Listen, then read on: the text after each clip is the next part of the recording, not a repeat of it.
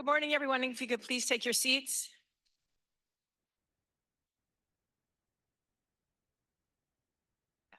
Good morning. The October 31st Halloween Board of Directors meeting is called to order. First, I would like to ask our interpreters to explain how to access interpretation. Please go ahead. Good morning. Announcement from the interpreter. To use the interpretation feature, please scroll to the bottom of the Zoom screen where the meeting controls are. Click on the interpretation icon and select English as your language. If you're joining through the Zoom mobile app, cell phone, tablet, etc., please press the ellipsis, then interpretation, and then choose your language. Finally, click on mute original audio to not hear the original Spanish low in the background. Headsets are available for interpretation. If you're in the meeting room, please check out a headset from the receptionist in the lobby. Buenos días. Aviso por parte del intérprete. Para hacer uso del servicio de interpretación, favor desplazarse a la parte inferior de la pantalla de Zoom, donde aparecen los controles. Haga clic en el icono de interpretación, globo terráqueo y seleccione Spanish, español. Si está utilizando la aplicación móvil de Zoom, celular, tableta, etc., presione los puntos suspensivos, luego interpretación y luego el idioma. Si no desea escuchar el audio original en inglés en el fondo, por favor seleccione Mute Original Audio, silenciar audio original. Contamos con auriculares disponibles para el servicio de interpretación. Si se encuentra en la sala de reunión, favor de pedir auriculares en la recepcionista en el vestíbulo. Gracias. Thank you. Thank you. Before I go on, can we confirm we have a quorum? We do have a quorum. We do? Okay. All right. Very good. I'd like to take a moment to acknowledge the land that we call home. The tribal nations of the San Diego region have historically faced injustices. We acknowledge the harmony that existed between the land, nature, and its original peoples, who have since endured displacement, persecution, and systemic oppression. We pay our respect to the unceded territory and homelands of the 18 tribal nations in our region, the most in any county in the United States, from 4 cultural groups, the Kumeyaay-Digueño, the Luiseño, the Cupeño, and the Cahuilla. This land has nourished, healed, protected, and embraced them for many generations in a relationship of balance and harmony. As members of the SANDAG community, we acknowledge this legacy. We aspire to learn from Indigenous traditional knowledge and experiences in undoing the injustices of the past. Now, if you could please stand and join me in the Pledge of Allegiance. Ready, begin. I pledge allegiance to the flag of the United States of America and to the republic for which it stands, one nation, under God, indivisible, with liberty and justice for all. Okay, Michael, let's move to non-agenda public comments, please. How many do we have? Currently, we have 3 in person, and if you are online, please raise your hand now. And it looks like we have 4 online. Very good. So for the purposes of civility and orderly meeting, we kindly ask that you refrain from using loud, threatening, profane, or abusive language. For our board policy, the amount of time allowed for each verbal public comment is determined based on the number of agenda items, the complexity of those items, and the number of persons anticipated to offer comment. This allows us to hear from as many people as possible to complete our business while we still have a quorum. Based on those factors, the chair has determined that for today's meeting, each member of the public will be allowed 2 minutes for their comments. First is Robert German, followed by allegedly Audra.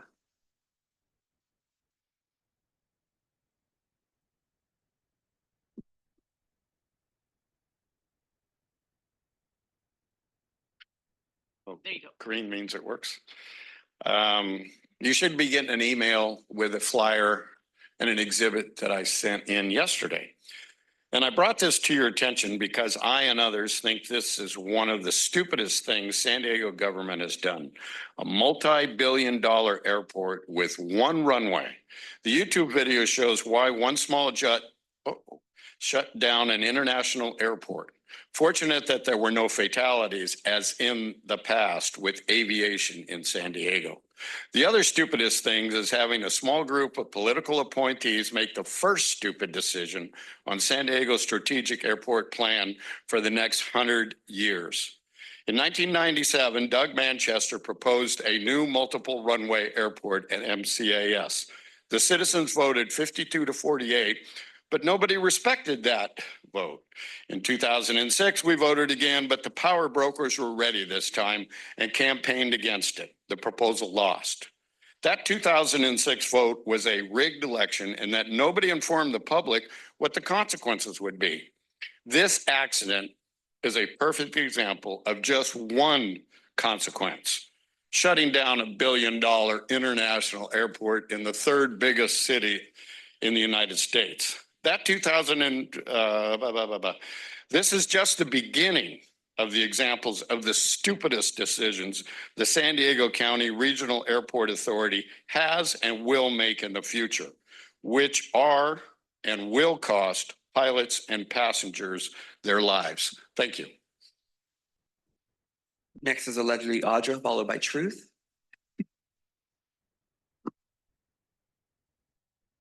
So I'm here again to talk to you about the child trafficking network that's in San Diego, because it is happening in your cities and it happens through transportation and different things. It was happening with the unaccompanied alien children that were coming across the border. They go into the foster system. Some of them are just trafficked in different ways. They get their organs harvested and whatnot. But it goes through the child foster care system, which is a very well-funded, lucrative business. There's more money, like I've told you guys many times, to rip apart families and adopt them out or put them into foster care. There's no incentive to keep a family together, but there is to terminate their parental rights. And the sad thing is that in the county of San Diego, like I've told you time and again, they're hiding sexual abuse with Malika and Zaya Robinson. And it's very disturbing because also within this caregiver, Norma Olivares, she is torturing basically Malika, making her feel like she can't tell the truth if she has something wrong with her.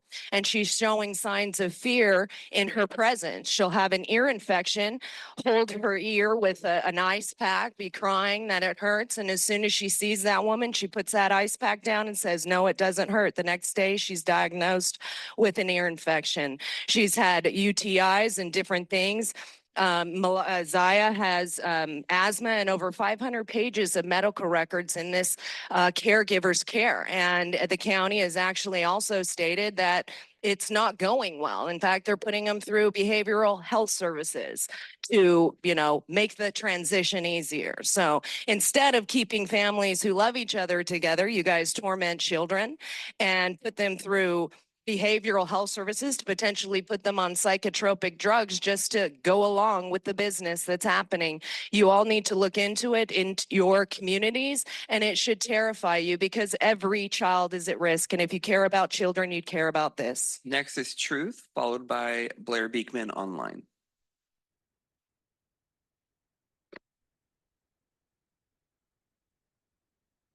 2 Halloween horror shows. 1, Global claimed a 95% recovery on MTS ridership. How much is paid ridership? 0%. And his safety perception is still a bunch of BS. There were 542 assaults on MTS's public transit this year so far. Assaults on or near the trolleys has jumped to 482 assaults this year so far. Treat it like bike lane deaths. Anything more than 0 assaults on public transit is one too many. And 2, how you know you're living rent-free in straight evil's head. Remember when I talked about being forced to move? Well, here was Paloma with her fingers crossed, smiling at the giggling clown, Matthew Leyva Gonzalez. Coward Manuela Paloma Aguirre Balkowski is one of the phoniest, most arrogant and heartless entities in office, right down there in hell with Tara Shawnalo. Hypocrite Manuela, seen celebrating homelessness on video, anyone can watch on my social media pages, is the one who pushed IAB to implement tenant protections against evictions, and the one who accepted $21,500 in slumlord money via the National City Apartments ran by building construction trade slumlord Matthew, who collected $110,000 in illegal, unreported income, and yet he claims to be a poor renter. Wrong.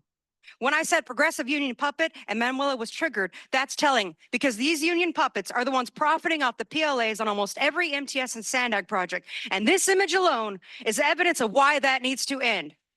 See, I've been fighting for accountability and transparency at SANDAG for 2.5 years. The last meeting's honest discussion about funding priorities and reality showed me that what I fought for is in some way coming to pass. There are examples I can never say aloud, but many in this room can remember a time when we talked about how to fix something. That's what a real leader does. It's not about having taxpayer-funded slaves validate your parking for you like Manuela does. It's about building bridges and going out of your way to genuinely help people without expecting anything in return.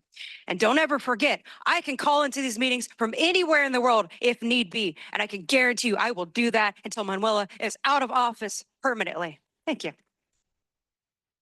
Thank you. Your next public comment is online, Blair Beekman. Hi, Blair Beekman. Thanks for the meeting today on Friday, Halloween, last day of October. A thank you to the people and elected officials of the SF Bay Area that have helped to calm down for the time being Trump over-militarization issues for city of San Francisco and the entire SF Bay Area. A thank you to the current federal administration for a willingness to listen at this time as well. The San Francisco mayor may have done an incredibly good job in working towards a low-key dialogue and negotiation. I remember the city of Berkeley in the first few years of the previous Trump administration had some good success in working through a step-by-step negotiation process to simply ask how ICE agents could de-escalate and reduce their initial gung-ho tactics. It was a plan that worked. It's my own understanding that in the past few years, many programs have been put into place in the SF Bay Area at the local level that are well addressing violent crime issues. Here in San Diego as well. And that is the intention of the California Sanctuary City System that is meant to invite and create overall less community violence through the availability of social services, ideas of trust, and use of the honor system. From the current dialogue between San Francisco and the federal administration, how can other local Bay Area cities, local California cities, and local US cities learn a better dialogue and negotiation skills with their already well-established best practices and policies? How can federal agencies consider changing their current tactics in their current border protection demands? I hope the federal government administration will be wanting to consider, listen, and better negotiate with already established best practices from local U.S. cities and communities, and listen well also. Thank you once again in the work of what we're doing in the Bay Area at this time, and good luck how this can help current international dialogue for the Gaza Strip, Ukraine, and Venezuela, and other trouble spots. There's trouble going on at the international level. Trump is trumping again. Let's talk about peace. Thanks. Thank you. Your time has expired. Next is Aria Grossman, followed by Chris Roberts. Good morning. My name is Aria Grossman, and I'm the policy manager at Circulate San Diego. And I'm speaking today to urge SANDAG to do more to protect cyclists and pedestrians on San Diego streets. As you all know, 2 children were tragically killed on our city streets last week. One was a 6-year-old child killed at 54th and University. This is the second death at this location, which, as you know, is within the bounds of the University Bikeway project. The project was supposed to be completed last year, but construction has not started yet. These projects save lives, and when project timelines are not met, the consequence is not just cost overruns, it's a matter of life and death. Circulate has long called on SANDAG to improve its bike project delivery process to ensure that life-saving projects get built more quickly and with vulnerable road users front of mind in the design of the project itself. I urge you to take the timeliness of safety infrastructure projects seriously and make the changes necessary to ensure that life-saving projects that are planned are actually built and built on time. Thank you. Next is Chris Roberts, followed by Paul the Bold. Hello, my name is Chris Roberts. I'm a volunteer with San Diego 350. And as Aria just mentioned, our county has recently suffered 2 horrific, tragic deaths of children that were caused by traffic violence. 11-year-old Andrew Olson in San Carlos and 6-year-old Lucas Lewis in City Heights. It's particularly sad to be making this comment on Halloween when Andrew and Lucas should be out trick-or-treating with their parents and friends this evening. We need to make our streets safer. We need to dedicate financial resources to continue to improve street safety. When we fail to dedicate these resources, horrible tragedies like these are the result. In the case of Lucas Lewis, he was crossing University Avenue near Northgate Market in City Heights. This location is part of the University Bikeway project, which has been delayed for 5 years. The project includes a host of safety features for pedestrians. Had this project been completed in a timely fashion, Lucas Lewis would most likely still be alive. It is the responsibility of SANDAG, working with the city of San Diego, to ensure that these projects are finished faster. When considering which projects to fund over the coming years, please do not just fund a long series of highway widening projects that in the long run will not really improve commute times or congestion, but will increase traffic and pollution. Please prioritize the safety of pedestrians, bicyclists, and car passengers. Your decisions have real-life consequences. Thank you, SANDAG, for all your hard work. Our last public comment is Paul the Bold.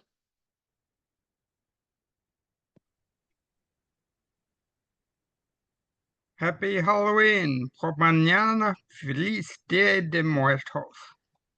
Bikeway projects do not save lives. Yesterday, I told you why. Please update us on the Lausanne corridor rerouting and improvements. We want the best possible outcome for everyone.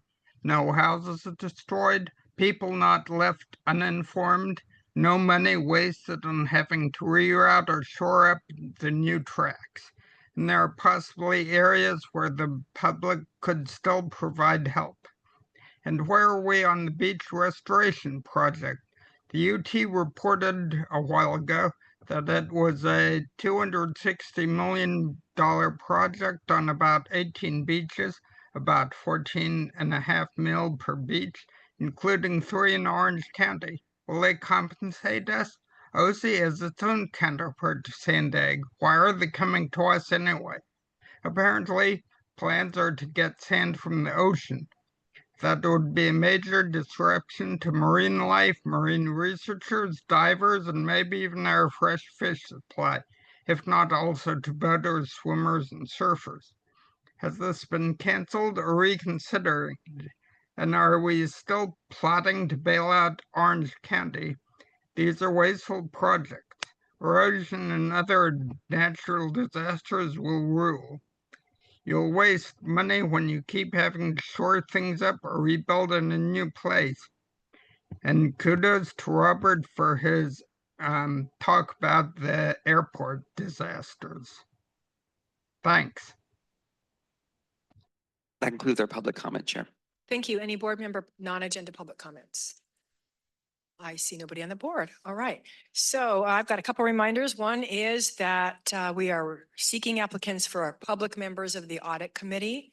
Applications are available on the SANDAG website, so spread the word in your cities, please. That's all I've got. We're back a week from today. So we're concluding 5 meetings this month for October, and then November will be just 2. All right, I'll turn it over to Mario. Thank you, Chair.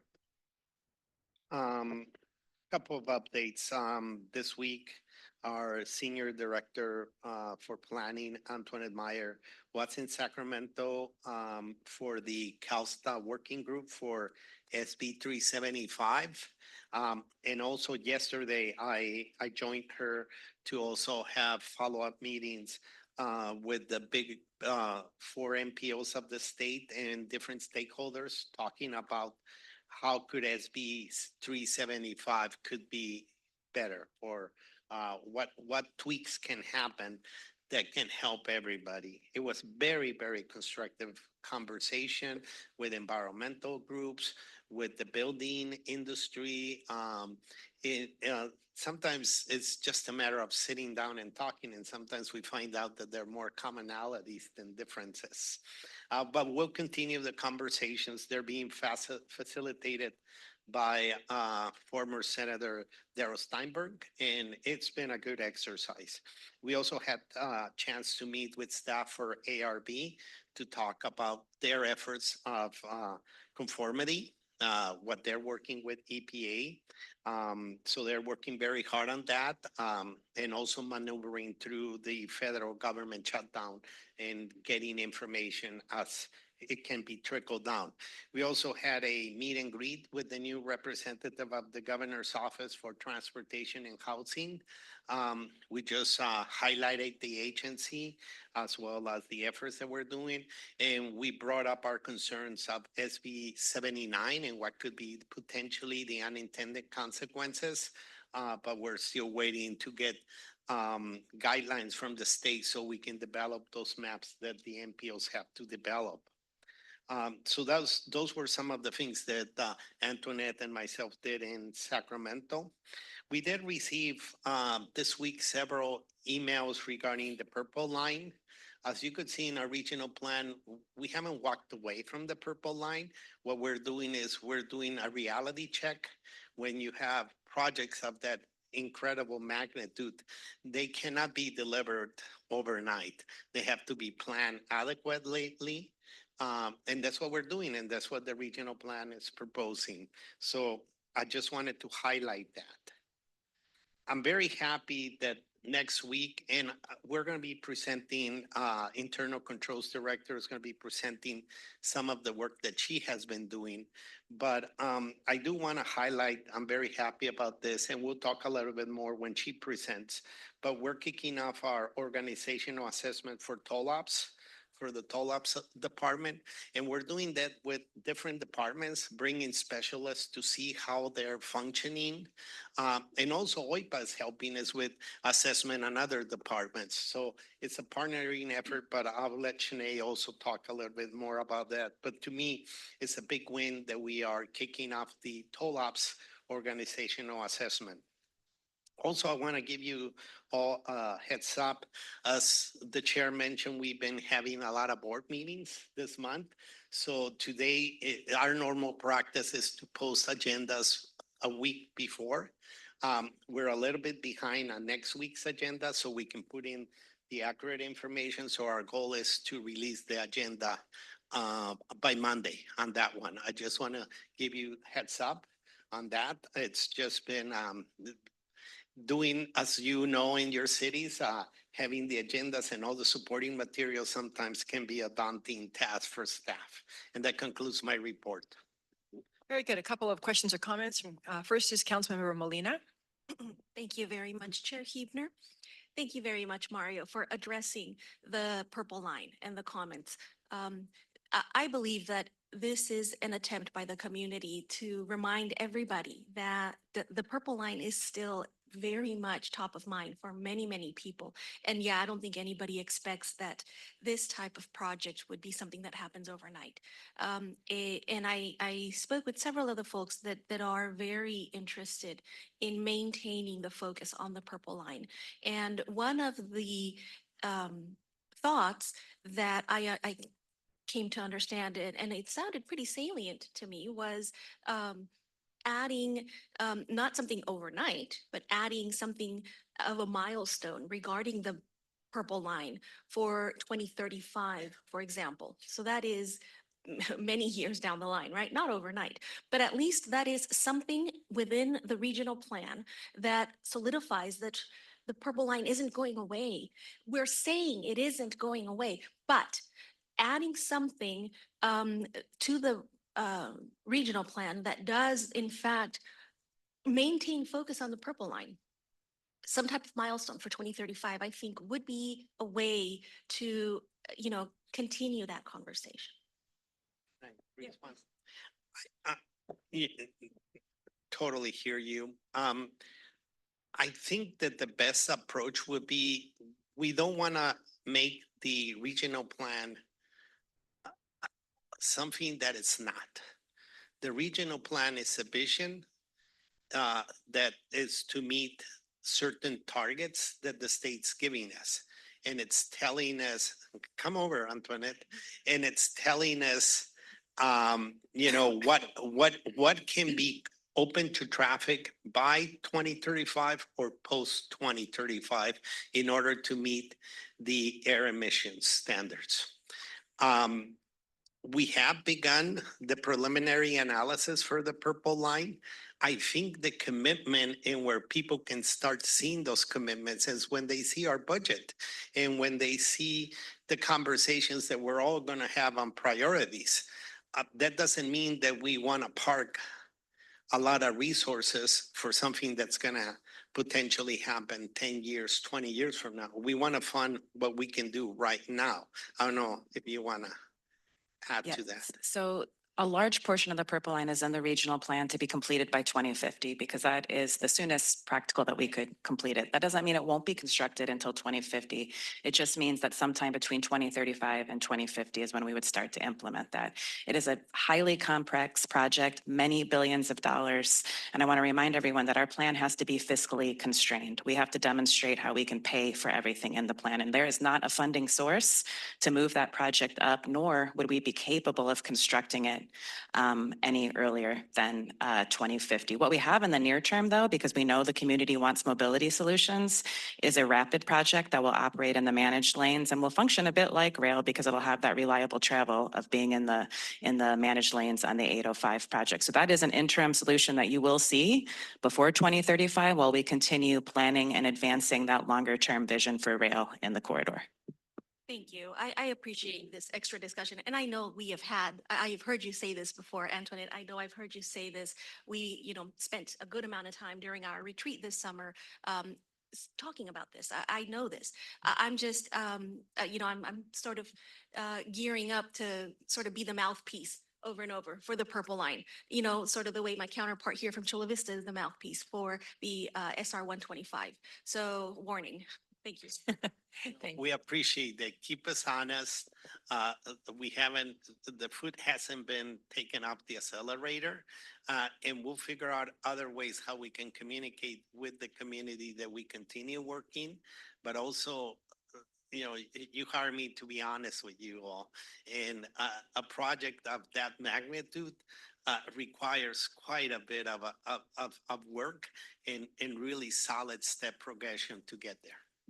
And could you remind us all, the Rapid Line, are the dates of that? And are the touch points geographically the same as obviously not the exact same, but can you get from where the Purple Line was going to go to where the Purple Line is starting? I think, there are several rapids that Antoinette's working from a planning perspective. From a delivery perspective, Caltrans has fully secured the conversion of funding for the 805 HOB to make it a rapid line or an express line or a hot line, that lane. That will provide accessibility for a rapid. We will have to figure out how to connect it with the 15, because just the 15 connector is $500 million itself. So we need to work out how we are going to get there in a longer term, but the idea is to start working on those conversions so we can provide space to the rapids. Now, I'll keep saying this. In parallel, we do need to have a conversation about the operational cost of our transit agency. Let it be a Purple Line trolley, or let it be a Purple Line or Blue Line BRT. We also need to eventually have a discussion on how we're going to help the operators and have money to operate. We cannot just go and build things that then cannot be maintained and operated. So it's a complex conversation that I think we're all having. Want to add something, Antoinette? No, just to answer the question about where the Purple Line will go. And in the regional plan, we assume that we'll be able to construct the segment from South Bay, so San Isidro, to SDSU by 2050. The extension up to the job centers in Kearney Mesa are in the unconstrained plan because those would not be able to be constructed until later than 2050. In the rapids? The rapids we started planning for this year. The goal is to have those ready for environmental in the next 18 months. And then if we secure the funding to do the environmental analysis, really depends on the level of analysis that will be required. We don't know that yet. But within 5 years, we would like to really be ready to go with the rapid projects for construction. In the HOB conversion to 805, I think, Ann, we're talking around 2030, right? Give or take, to open to traffic. So that's a reality also. Okay, thank you. Mayor Jones. Thank you so much. I actually have one quick question, Antoinette. I'll ask this part first. So are we still planning on the rapid from Riverside up down to San Marcos? Well, and then I wanted to make sure we'll still have the connections to Palomar Hospital, Kaiser Permanente, and I think it lands at CSU San Marcos, if I'm not mistaken. Yeah, we started the planning. We kicked that project off about 6 or so months ago. So we're just now really doing the existing conditions analysis, identifying all of the activity centers to include the hospital, schools, and all of that good stuff, and then coming up with some route options for that. So we'll be working with your staff, NCTD, and the transit agency up in Riverside on that over the next year or so. Perfect. And I want to part of the make sure that. funding for that, it's BMT mitigation through the hot lanes of the 1578. but the environmental document highlights that that could be part of the BMT mitigation. In the pricing for the connector and the hot will be providing resources to North County Transit for the O&M. And I'm glad to hear that Riverside is going to be part of that too, because there is a benefit for them as well.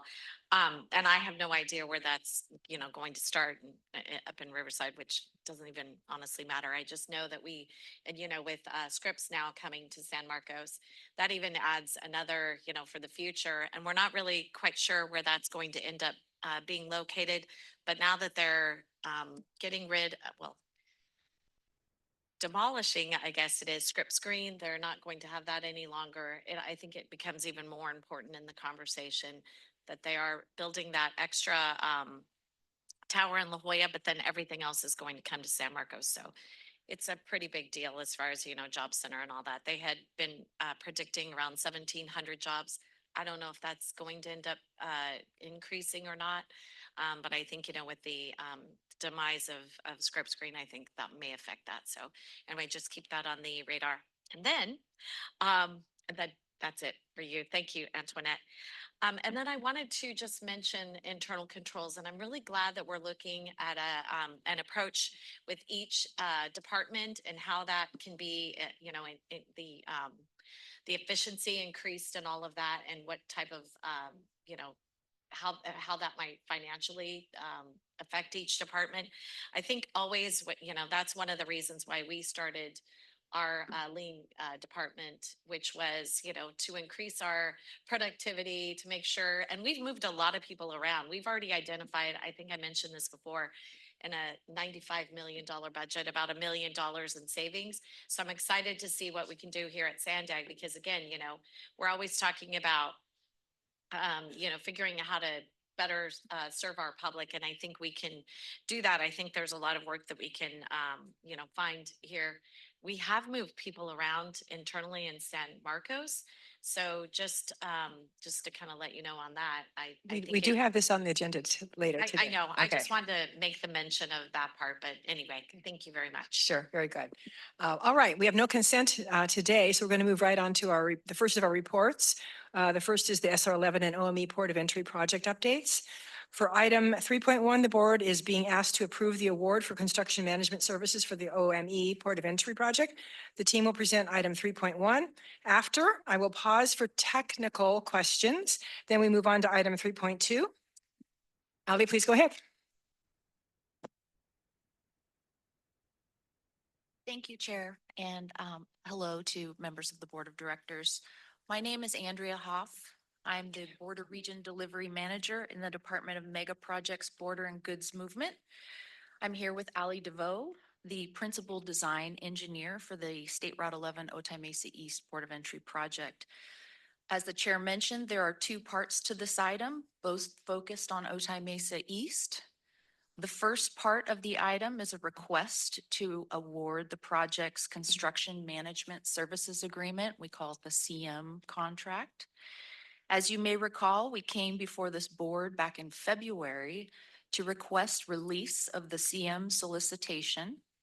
And we're here today because we have completed, the solicitation process, and we're requesting approval to award the CM contract to the selected firm. Just as this project has always been a joint effort between SANDAG and Caltrans, this procurement was also jointly administered. Caltrans participated on the evaluation panel and throughout the entire process.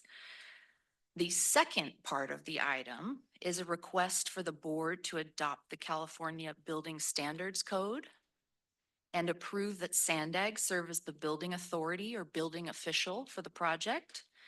This is the second step in adopting the building ordinance. We came to the board last month to complete the first step when the board waived the actual reading of the entire ordinance. And today we are doing the second part of the required action. We'll start with item 3A, which Ali will present, and then move to the public hearing for the ordinance. Thank you, Andrea, and good morning, board members. So we're going to start with item 3A, which is the request to approve the construction management contract for the port of entry work. Ally, could you please move the mic a little closer to you? Thank you. Yes, this is better. Yes, it is. Okay, thank you. So on September 26th, this board approved the construction contract with Atkinson Clark in the first work package for the OME project. As we go to gear up in construction, it's important that we bring on a construction management firm to support the work. CM support is essential for the effective administration of this construction contract. They provide some key resources to provide oversight of the contractors. They provide inspection services. They manage the change order process, and they do various other construction coordination activities to manage the day-to-day of the contractor and act in the best interest of SANDAG. So just a high-level overview of the selection process and the procurement process for this work. So in February, the board approved the release of the request for qualifications for this work. The opportunity was advertised on BidNet May 23rd, when the notice for the project was sent out electronically to all prospective bidders and several traditional newspapers. A non-mandatory pre-SOQ or Statement of Qualifications meeting was held virtually on June 11th of this year. 2 firms responded to the solicitation and were deemed responsive to the solicitation requirements. The schedule or Statement of Qualifications were provided to the evaluation committee for scoring. Some of the elements of scoring and evaluation for this work included key staff qualifications, experience on similar projects, and their proposed method to accomplish the work. It was also important to our federal partners that we select a team with extensive experience working on port of entry projects and federal facilities. So the evaluation committee, which consisted of 3 SANDAG staff and 3 Caltrans staff, as Andrea mentioned, performed that evaluation and developed a shortlist. A shortlist meeting was held with both firms, and then they were invited to interview. After 2 rounds of interviews, the evaluation committee recommended moving forward with AECOM, Technical Services Incorporated. So the proposed contract in front of you today will have a term of 5 years and a total value not to exceed $50 million. So the work will be authorized through the issuances of task orders. So those task orders will correspond to the work packages issued to the contractor. So for example, work package 1 was authorized to be issued to the contractor. So our first task order that we'll work on will be this construction management support for that work package only. During negotiation of this contract, we did compare their rates with other historical data and agreed to rates consistent with other SANDAG and Caltrans contracts. So next steps, pending approval by the board, SANDAG will award the CM services contract to AECOM Technical Services, Inc. We will negotiate task orders to support each work package. So again, starting with the first task order for support of work package 1. And then the contractor, design team, project sponsors and partners will work together to execute construction of the facility. And that concludes the first item. Okay, any technical questions from our board to our staff? I see nobody on the board and no hands raised. All right, moving on to item 3.2. This item proposes an ordinance to designate SANDAG as the building authority to support construction of the OME Port of Entry project. Today's action from the board will be to conduct a public hearing and consider for adoption ordinance 2026-1. I will read the full title of the ordinance into the record. San Diego Association of Governments Building Code Ordinance, an ordinance adopting by reference the 2022 edition of the California Building Standards Code. As a reminder, all those wishing to speak need to submit their speaker slips to the clerk of the board or raise their hand online before the end of the staff presentation. I'll be opening the public hearing and turn it over to Ally and Andrea. Thank you, Chair. So the second part of the item, as the chair mentioned, is to conduct the public hearing on the ordinance and request approval for SANDAG to act as building authority on the project. As you can see, we do have some team members sick today, so Shelby will not be joining us. I will be presenting this item, and we have Amberlyn available for any legal questions.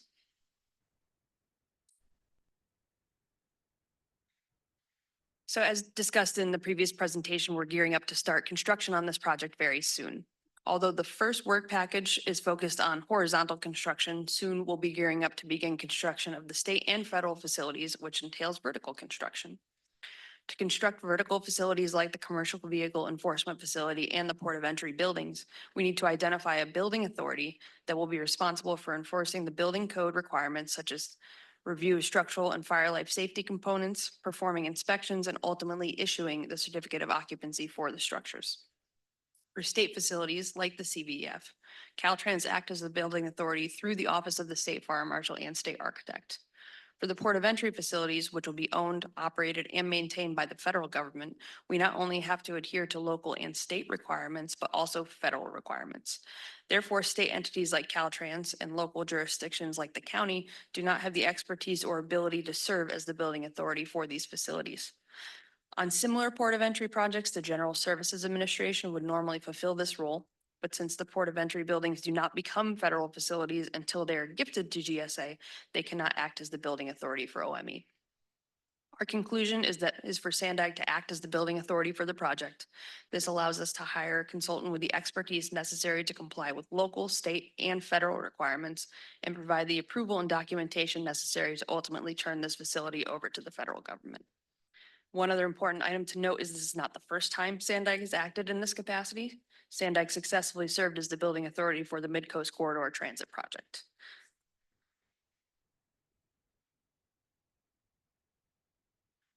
As a reminder, Title 24 of the California Code of Regulations contains building standards governing the design and construction of building occupancies throughout California, referred to as the California Building Standards Code. SANDAG can act as the building authority by adopting the California Building Standards Code. The proposed ordinance adopting the 2022 California Building Standards Code by reference is attached to your agenda packet.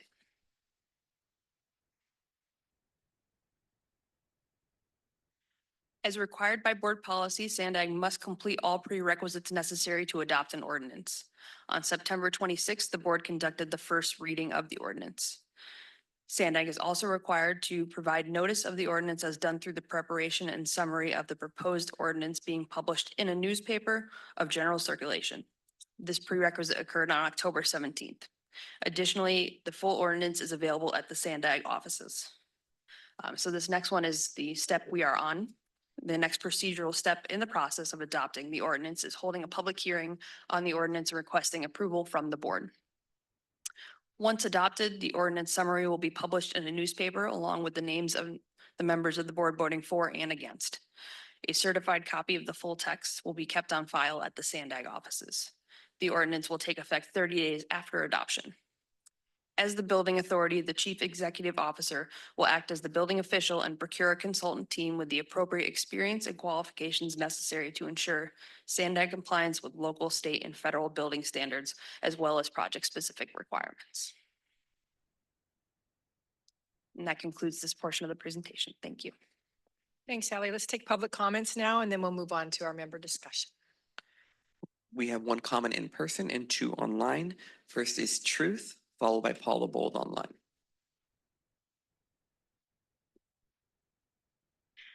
$50 million could be going to make the 67th safer, so record amounts of people don't die every year. But nope, the cartel apparently owns this county.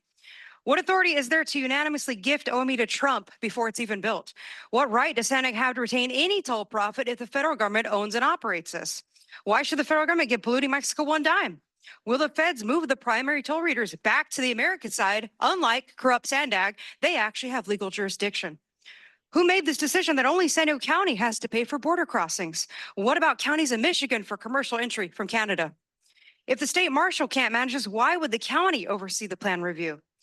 The commercial vehicle enforcement facility will be ran by the state, so it is possible to require state emission standards to be met on every truck entering through OME. This project is not for regular border crossers, but for an additional GHG full load of 24, I believe, lanes of unregulated commercial big rigs from Mexico to pollute California even more. How does that factor into your regional plan? Why is there zero accountability incorporated into this project to regulate Mexico's many forms of pollution? Even Tijuana's infrastructure update at the last Borders Committee had zero plans for their sewage or GHGs. Where are the California environmentalists? Only 2 proposals for the $10 million consultants were received, so the Mystery Evaluation Committee recommended awarding the contract to AECOM. Let me guess, the other one was HNTB, right? Either way, the taxpayer gets screwed again by SANDAG to continue to give all the contracts to a handful of corrupt corporations.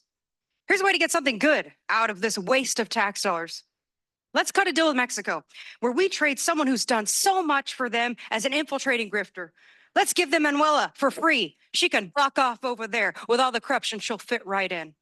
And gift this project to the feds now to avoid legal and financial disaster after SANDAG's overpriced consultants are wrong yet again, and the feds demand changes to the project that SANDAG has no idea how to implement or pay for. You still don't even have a plan for that basic stuff. Give up the border crossing. Thank you. We have one more in person that's allegedly Audra before Paul the Bold online. Thanks. I don't know what happened. Yeah, this is very negligent to be engaging with whatever, ACOM, whatever it's called. There is a lot of information of fraud and them overcharging the government, submitting false claims to FEMA, overcharging the Department of Education. In fact, you guys have had contracts where when they were getting an audit that you were flagged in as part of that. Some of the lagoon projects that cost 3 times the original budget. There's lack of oversight, inflated contracts, preferential treatment.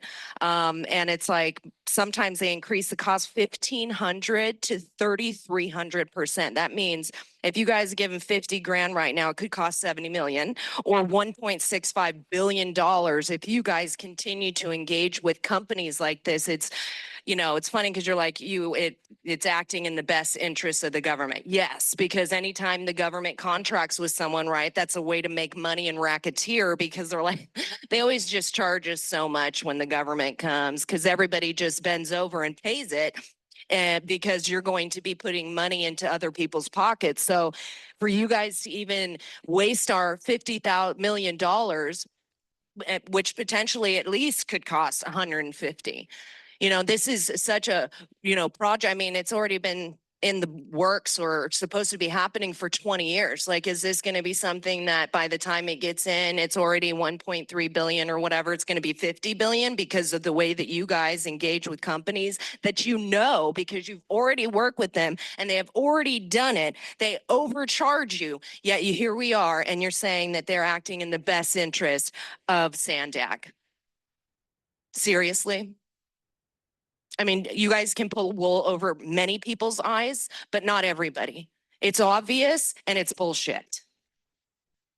Next is Paula Bold online, followed by Blair Beekman.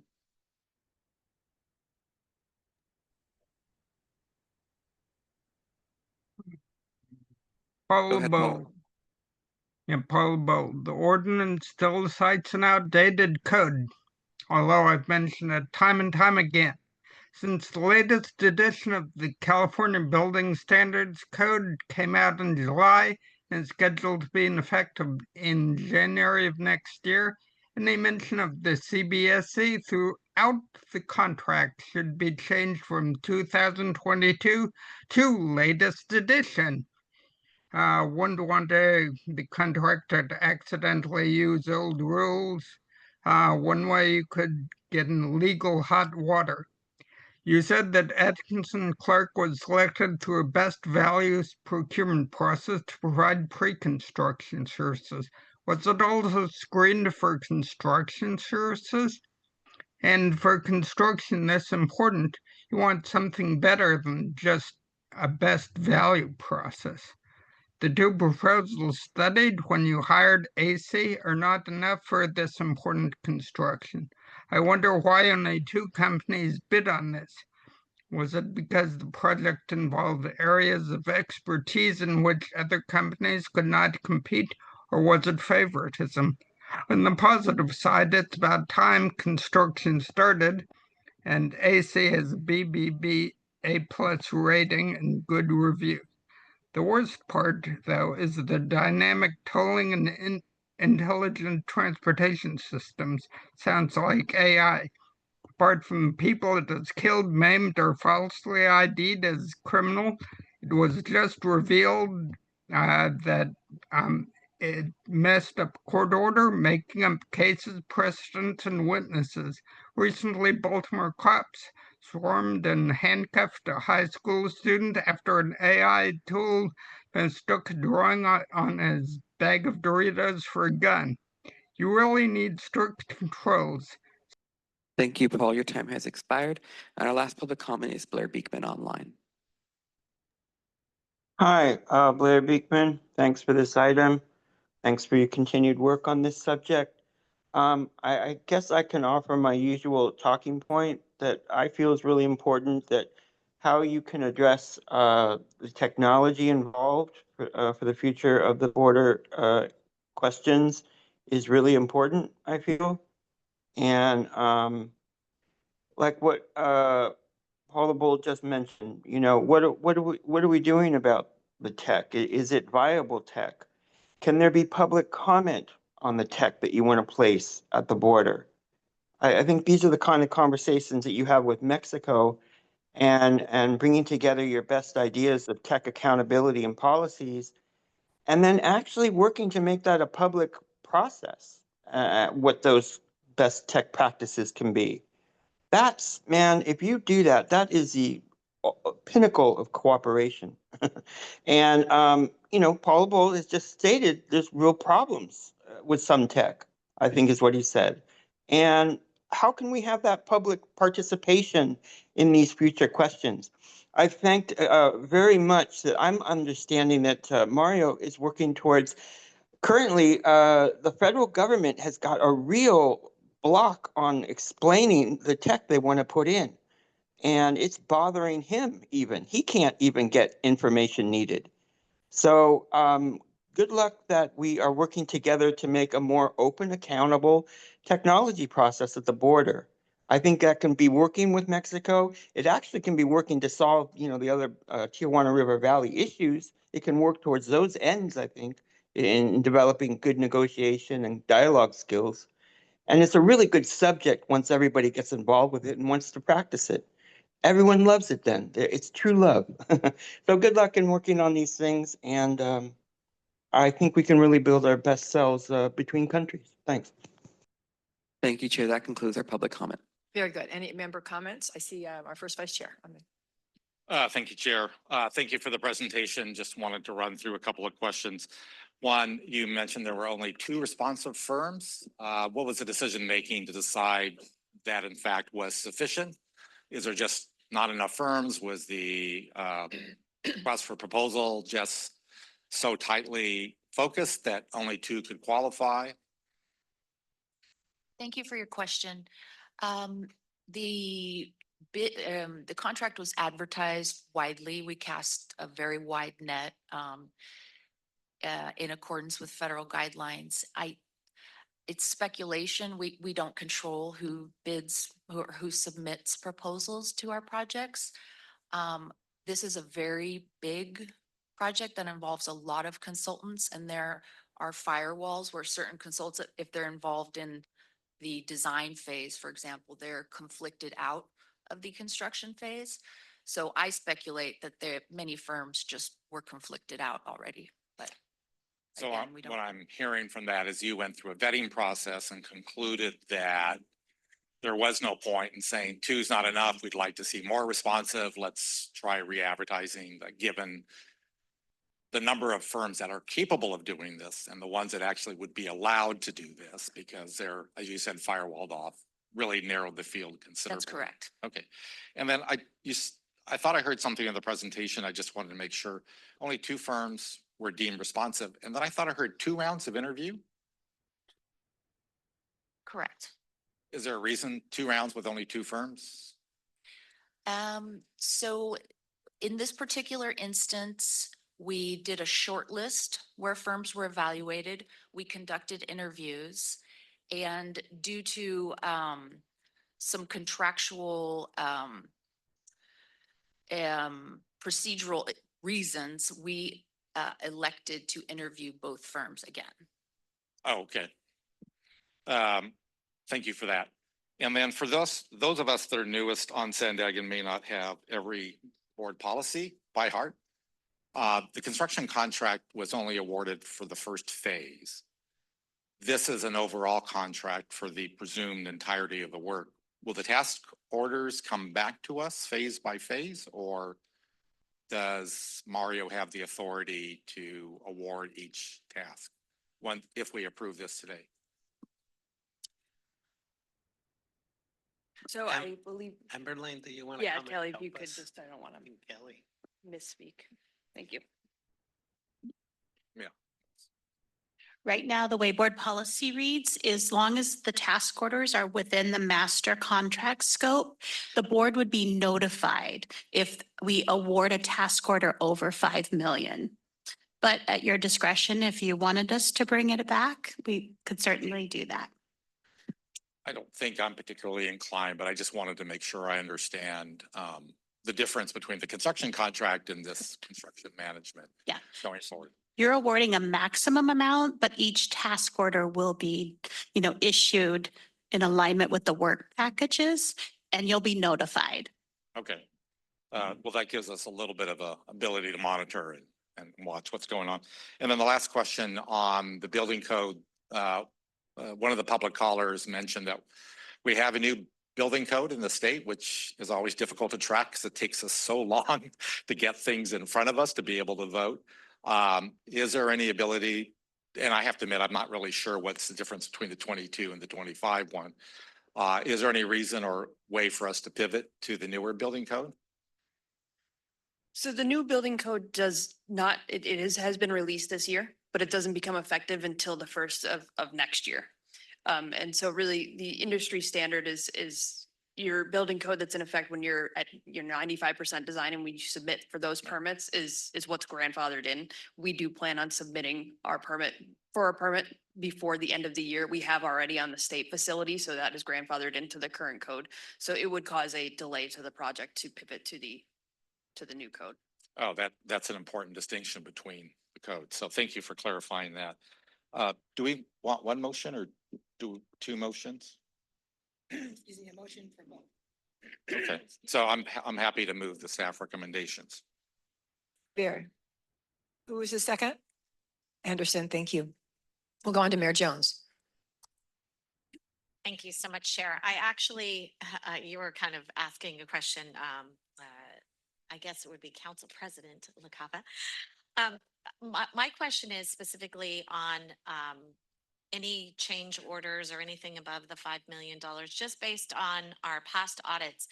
I think I would be comfortable, and I'm always thinking about the future. I might not be here, you might not be here.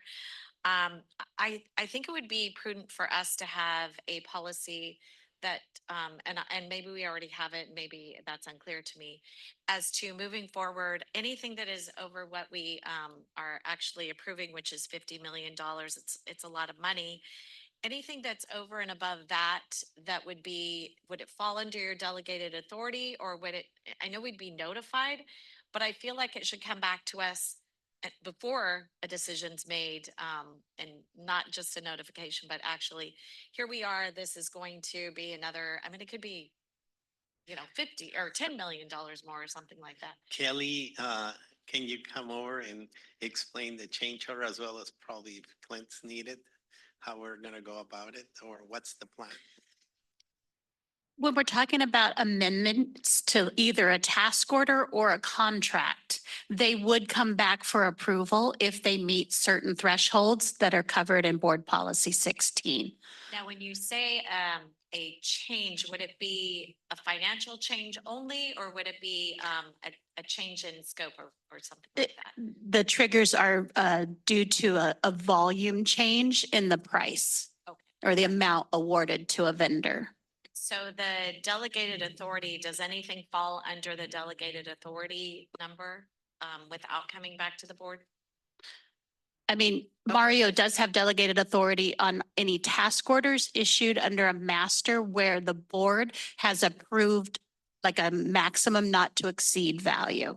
The task orders are considered how we issue the work, and the board has already approved that total dollar amount.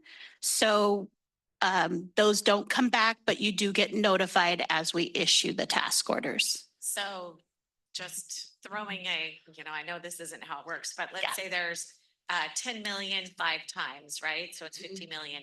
One ends up being, let's say 12 million, and then one's only 8 million, kind of as we're getting toward the end. I wouldn't think that would need to come back. But then at the end, if it's 12 million and 12 million, and then it ends up that we're actually over the 50 million, where would that actually fall into place? Where we would be notified? Would it be after the task order is issued, prior to it being issued? Well, we would have to bring the change order to the master contract or the amendment to the master contract, depending on if it met the board policy 16 requirements. So I'd have to go back and look at what the exact trigger would be for that. I think it's a $5 million threshold there. So if we had to amend again beyond the what you task had order. awarded, not the task order, the amendment, the master contract. Okay, Mayor, so as long as it also- falls within the It 50. falls within that, but there's also another firewall, let's call it like that, or guardrail, which is the budget.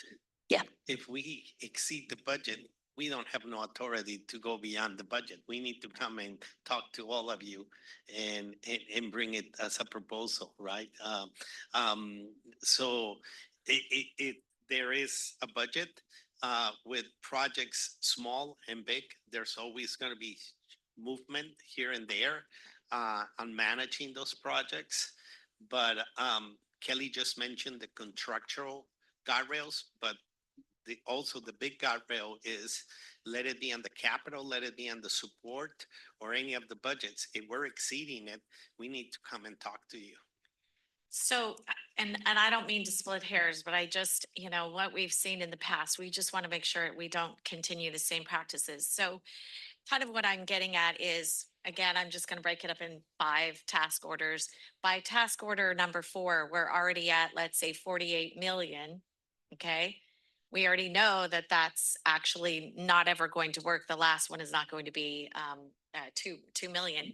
And we are thinking that maybe that'll be 12. So when would we come back to have an update on that? Would it be, oh, we only have 2 million capacity in that 50, and we know we're going to go over on that, but then we're kind of over a barrel because we haven't really managed our costs up to that point in time. Does that make sense? Totally makes Okay. sense. And I think that there's going to be, and it's not just the OME project. We have other projects of large scale, the Lausanne realignment, the platform project that has been delayed, and probably we will come back with a budget amendment because of so many delays to even start it. I don't think the cost has increased substantially on the estimates, but I think there's multiple avenues. Kelly mentioned the contractual guardrails. I mentioned the budget guardrails, and also PPM, based on one of your requests, is working on those punch list of the different projects that we're going to be eventually providing to the board on statuses of where we are with the projects, budgets versus percent of budget expended compared to percent of project complete. And that's going to show the reality of it also is going to show expected final, and therefore it's either going to be green or red, and it's going to highlight where in the future there may be cost overruns. So it is for our benefit as good project managers to come early on with the board when there will be one of those budget challenges, let's call it like that. Right. So if it's broken down by task orders, if we're already at, like, say, the 3rd task out of 5, for instance, and we know we're running over, I think that would be a prudent time for us to get notified to say, hey, we're trying to manage costs. However, we're having an issue. And then what we could do internally to figure out if there's a way to get that under control. So what we can do is let us hurdle back in us based on the requests we got, not just on this project, but like I said, to bring up the health of the capital project delivery. Let us figure out how we can highlight when we're at 60 or 75% of budget expended, and where we can also highlight percent complete. And that's going to be the moment of reality, right? Of you can't have 75% of your budget expended and 25% completed. Exactly. And Yes. so give us a chance to come. I think we're already working on all that. And it's good that we're having this discussion. And it's probably going to be good to have a similar discussion in the internal controls conversation, because it's not just applicable with this project. Correct. All right. Thank you. Thank you very much. Thank you, Mayor Minto. Some of my thoughts go way back, and some of my long-term memory is better than my short-term memory. But I do remember, years ago, sitting on a board of directors, city council, and I hear a lot of acronyms used, a lot of jargon used. And so, sometimes you're embarrassed to say, hey, what does RTP mean, for instance? And so I think when people from the audience, whether it's online or sitting here, hear a lot of those types of things, it confuses them. And we may, over time, as we have in the past, had new council and mayors on SANDAG who become confused also by some of the things that are talked about. And what exactly is a cost override? What is a change order? Things of that nature are not really always explained, I think, fully. And yes, for staff, they understand it very clearly what many of those things are.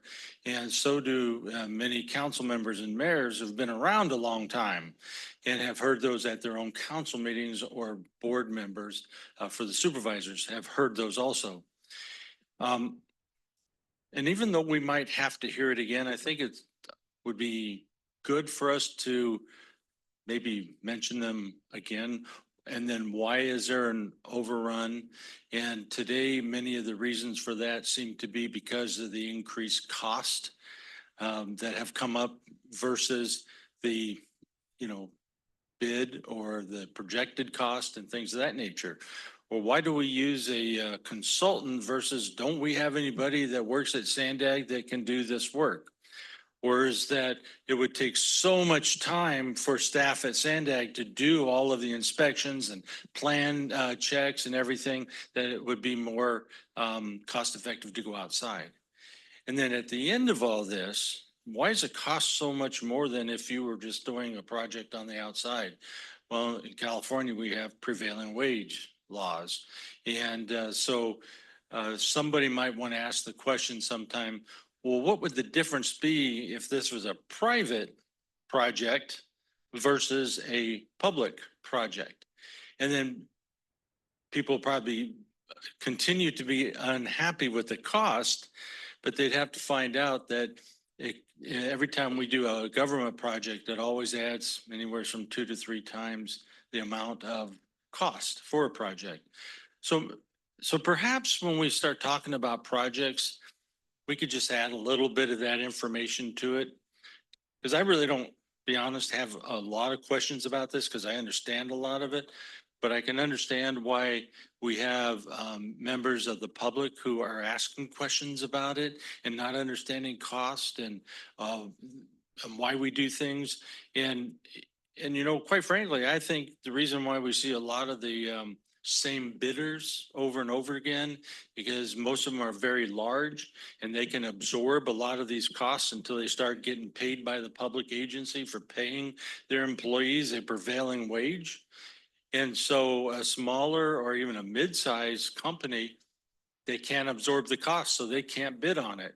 So maybe we can find a mechanism for reaching out to some of those different agencies with the thought that there could, if we're going to give you $50 million, why don't we just spot you 10 million up front so that, if you want to bid on it, you can be in the marketplace and you can be a competitor right up front instead of somebody who already has that $10 million in the bank.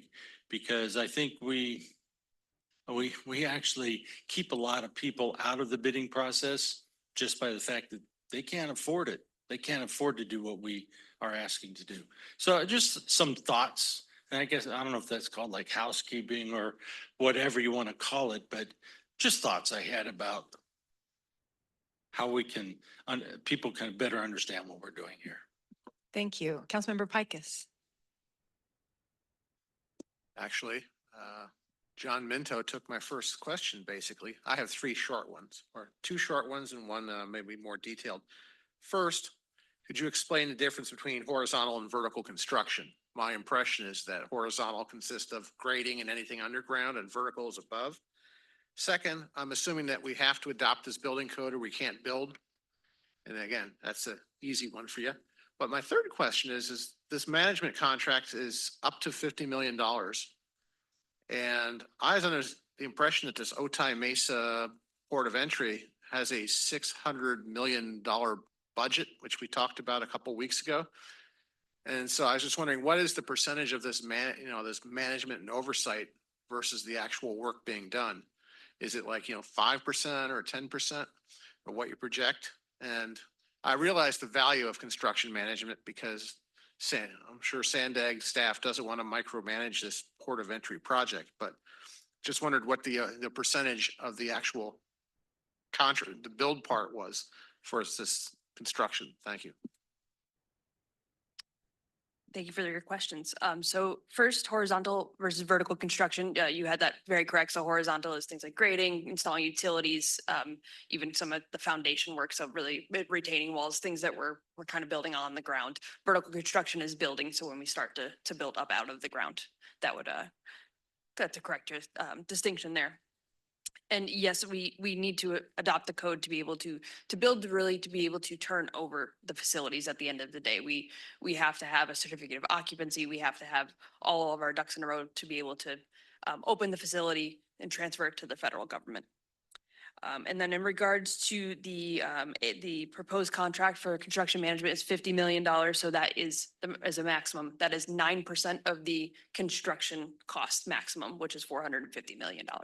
So that's a not to exceed. We plan to come in below that amount, and that we are going to manage our costs as best as we can.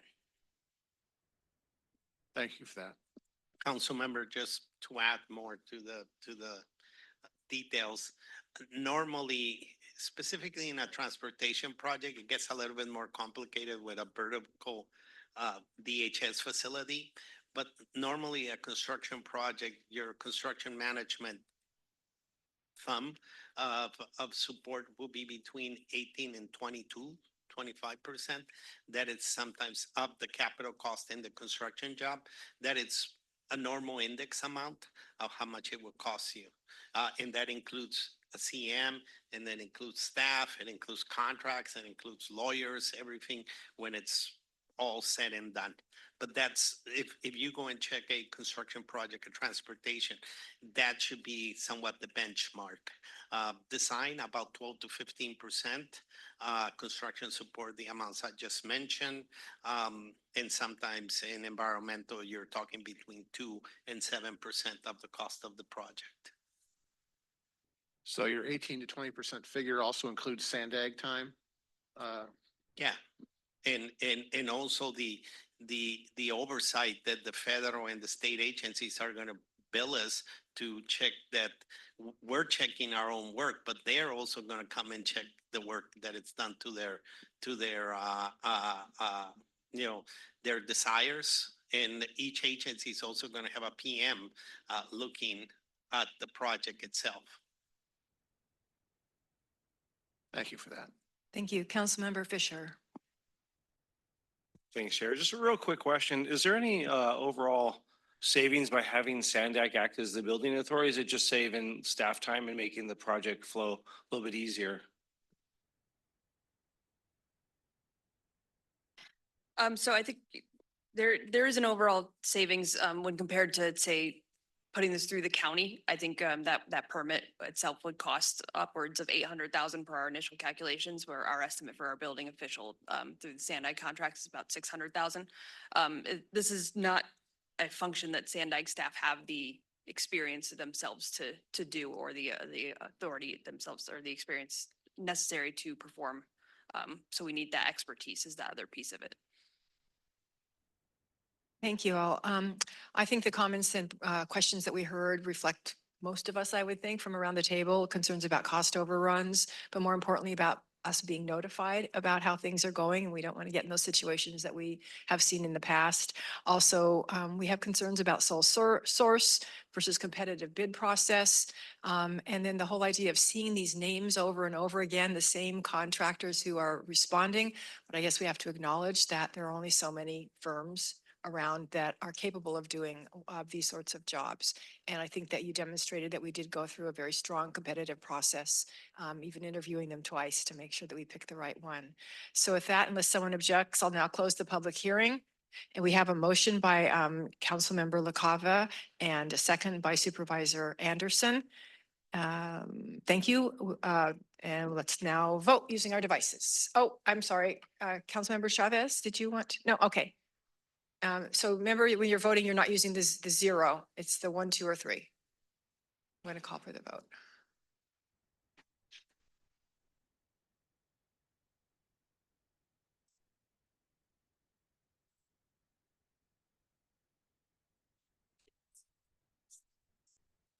I saw. The motion passes unanimously with those members present. Very good. Okay. We'll now move on to the Active Transportation Program Grant Amendment.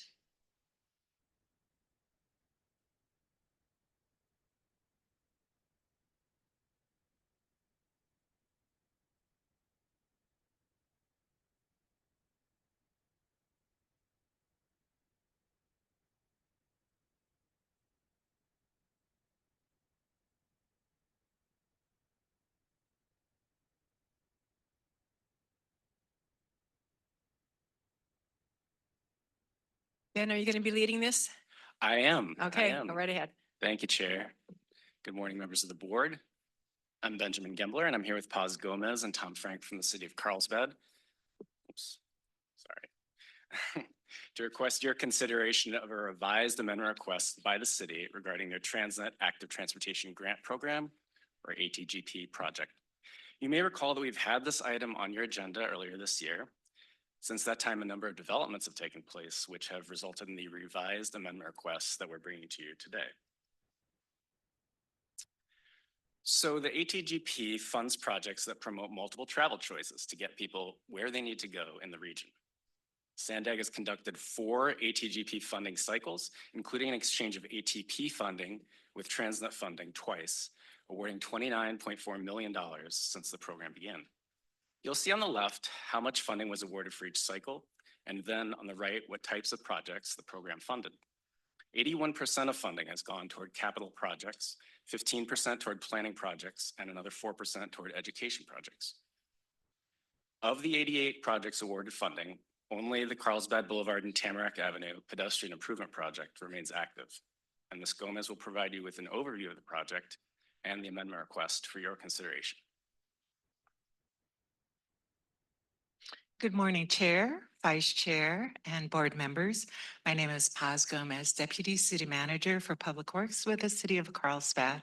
And with me is Tom Frank, our Transportation Director and City Engineer. I'll be providing an overview of this regional active transportation project, its history, and a request before you today. We appreciate SANDAG's flexibility and support throughout this grant process. The Carlsbad Boulevard and Tamarack Avenue Pedestrian Improvement Project is located along Carlsbad Boulevard, just north of the Agua Hedionda Lagoon. This is a heavily traveled area, and project improvements will promote walking, biking, and transit use and increase safety for all users. And this is just a snapshot of the current existing conditions in which you can see Tamarack Avenue going east and west, and then Carlsbad Boulevard running north and south. Here's an image of a previous project concept which merges traffic flow through the reduction in vehicle lanes south of the intersection toward the lagoon. This project has had an extended community input period and underwent several changes, which I'll discuss next. But first, on the grant agreement, it was signed on May 9th of 2016 and included a 3-year grant term. In 2019, the First Amendment was approved by the Transportation Committee for a 3-year extension. And then in 2022, the Second Amendment was also approved for a 3-year extension with a grant termination date of May 8th of 2025. So in December of 2024, the city requested a 24-month time extension and a scope and budget amendment that had been approved by the Carlsbad City Council. The scope at that time included a roundabout and using the remaining grant funds to complete design and environmental, but not for construction. At its February 12, 2025 meeting, ITAC voted to recommend that the board reject the city's request. The members expressed concern that the city's request was unrealistic due to too many uncertainties. At its March 21st, 2025 meeting, the Transportation Committee voted to recommend that the board also reject the city's request. The members expressed support for the project, however, they had some concerns. So this item was provided to the Board of Directors at its March 28th, 2025 meeting. However, the item was pulled from the agenda and deferred until a future meeting. On April 29th, the project was brought to the Carlsbad City Council with a few options, and the City Council approved a smaller scale project with limited intersection improvements without a roundabout and with a simpler delivery process not dependent on another project. On May 8th, the grant expired and the city submitted a revised grant amendment request on May 20th for a 3-year extension for a smaller scale project and to use the remaining grant funds for construction only. The city would pay for the design, environmental, and permitting phases. On July 9th, ITAC voted to recommend that the board approve the city's request, adding a provision that all grant funds be returned if the project is not completed within 3 years. On September 5th, the Transportation Committee similarly voted to recommend that the board approve the city's request, adding the provision that all grant funds be returned if the project is not completed within 3 years. The revised scope is a smaller scale project that enhances pedestrian safety through limited intersection improvements without a roundabout. This will involve a revised design, environmental clearance, right-of-way coordination, permits, and construction phases.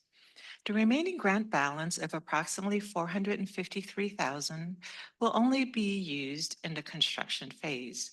The other phases will be paid for by the City of Carlsbad. We are also requesting a maximum 36-month time extension, which would allow these phases to be completed by 2028. Realistically, we anticipate that this project will be completed earlier given the reduced project scope and its current status. The current project scope emphasizes Americans with Disabilities Act, or ADA compliance, with new ramps and medians to provide pathways, pedestrian signal and high visibility crosswalks where none exist today, relocation of a bus stop, bench in coordination with the North County Transit District to improve public transit accessibility, and removal of a guardrail to provide an additional 1.5 feet of sidewalk. The revised construction cost estimate is $2 million, which is substantially less than the previous estimate for the project with a roundabout. The city expects an exemption to a coastal development permit would be issued because there is no expansion of the roadway capacity and the project will focus on safety and ADA compliance. A final decision will be made upon review of the 30% plans that were sent to the Coastal Commission staff recently. The city's consultant is now moving forward with 60% design. We anticipate completing the design and requesting the City Council's authorization to bid for construction next summer in 2026. Please note that if the board approves the city's request as requested, the revised grant agreement would not need to return to the Carlsbad City Council for approval since they have authorized my position to execute the grant. However, if the board approves the recommendation of the Transportation Committee, which added a provision that all grants up to the $1,054,000 be returned if the project is not completed within 3 years, the board's approval would need to be presented to the City Council for its approval. This table shows a comparison of the original grant agreement scope as compared to the revised amendment request. The roundabout is no longer included in the scope. In previous presentations, we indicated that the intersection could be considered for a pedestrian scramble. Staff has since completed a review and do not recommend a pedestrian scramble due to a substantial increase in vehicular delay and deficient level of service that could occur. The bus stop will be relocated in coordination with the North County Transit District, and additional high visibility crosswalks will be included in the intersection. The revised amendment request returns to the basic scope that was included in the original grant and will result in a quicker construction completion of this regionally significant active transportation project. I will now turn it back to Mr. Gambler to wrap up the presentation. Thank you. Thank you, Ms. Gomez. So the project was awarded, as you can see, $1,054,000, and to date, approximately $601,000 has been paid to the city for project expenses incurred. And this leaves a remaining fund balance of approximately $453,000 that has not been spent. Okay, so that concludes the presentation. I don't know if we have an action slide here. Here we go. So the action for the board to consider is the Transportation Committee recommends that the Board of Directors approve a 3-year time extension, scope of work and budget amendment for the City of Carlsbad's Active Transportation Grant Program funded Carlsbad Boulevard and Tamarack Avenue Pedestrian Improvement Project with the conditions requested by the committee as detailed in the report. With that, I'll turn it back over to the chair. Thank you. Thank you so much. Thanks, Ben. Thank you, Paz. We will first go to public comments and then we'll take questions and comments from the board. We have 2 comments in person and 3 online. First in person is allegedly Audra, followed by Truth.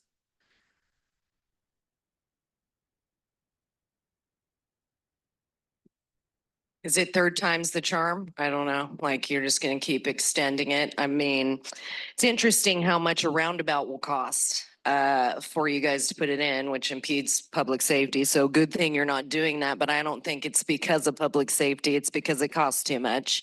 And seems like people don't want to give this money back. Did it already get spent? Where is the rest of the money sitting? Whose bank account? Joe? You? No? Right. It's interesting because, you know, it's when you guys talk about stuff like that, it really does seem like you don't want to give the money back if it's not completed. And that would make you wonder why. Because there is a lot of mismanagement of our money. As you can tell, you just improved a contract with somebody who's already screwed us.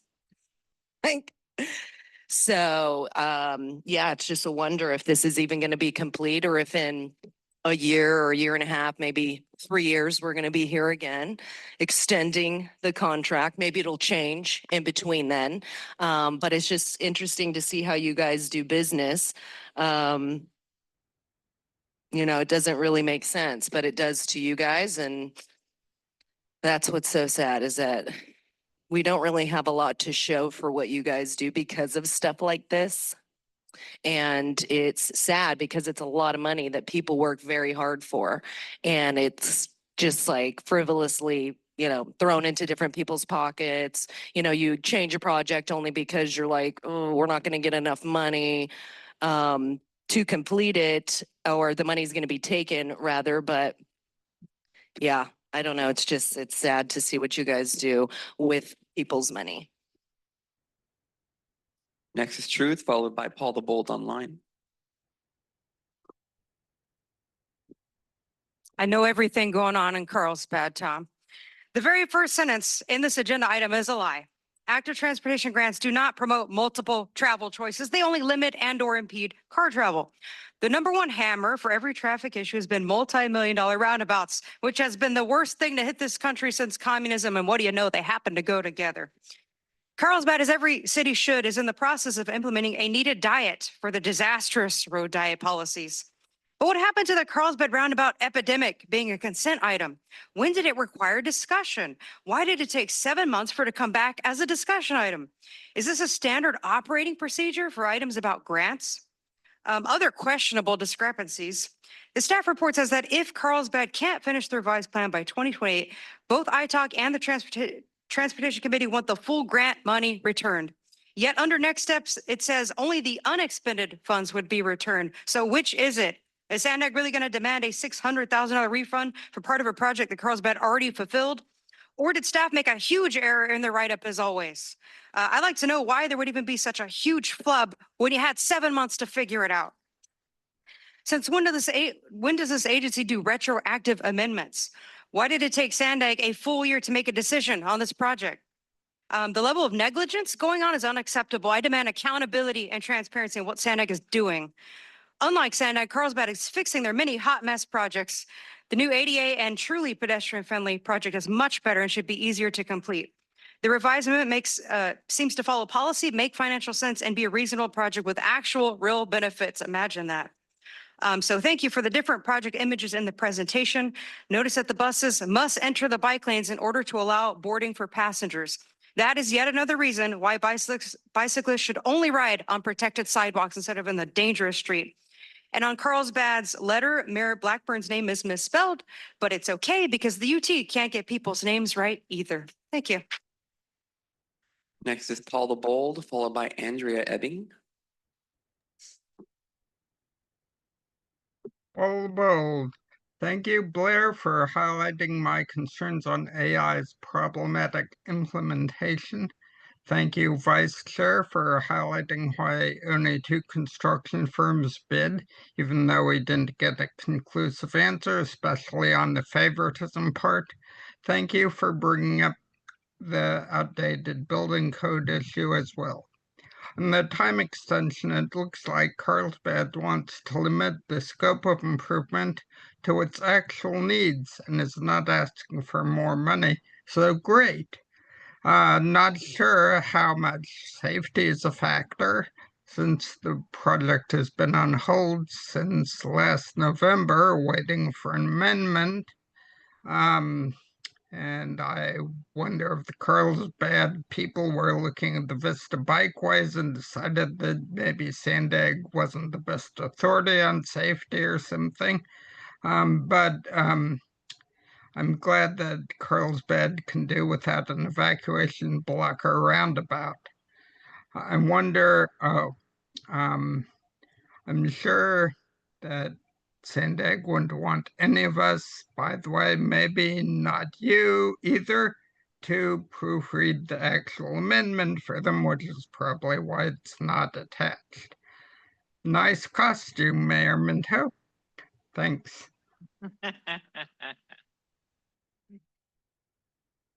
Next public comment is Andrea Ebbing, followed by Blair Beekman.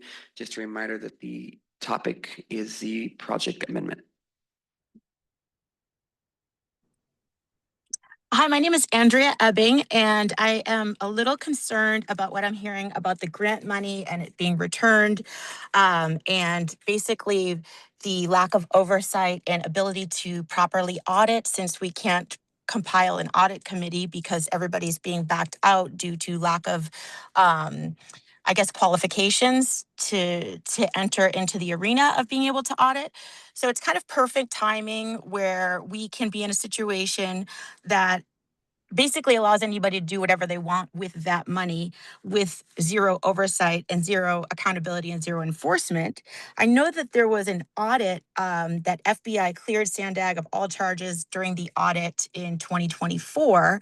However, it's hard to look at that as a realistic outcome when the FBI works for Judge Dana Sabrow, who is the husband of Summer Stephan, our district attorney, who was audited by the state for $3.4 million of falsified claims, of which none was allowable. So $3.4 million, none of which was allowable. And then now we're in a situation here where we're looking at, covering some costs and relying on these people to be the accountability measures and standards when they don't have any of their own. And then, we're in a position that is basically the same. It's a lot of corruption, a lot of fraud, a lot of theft.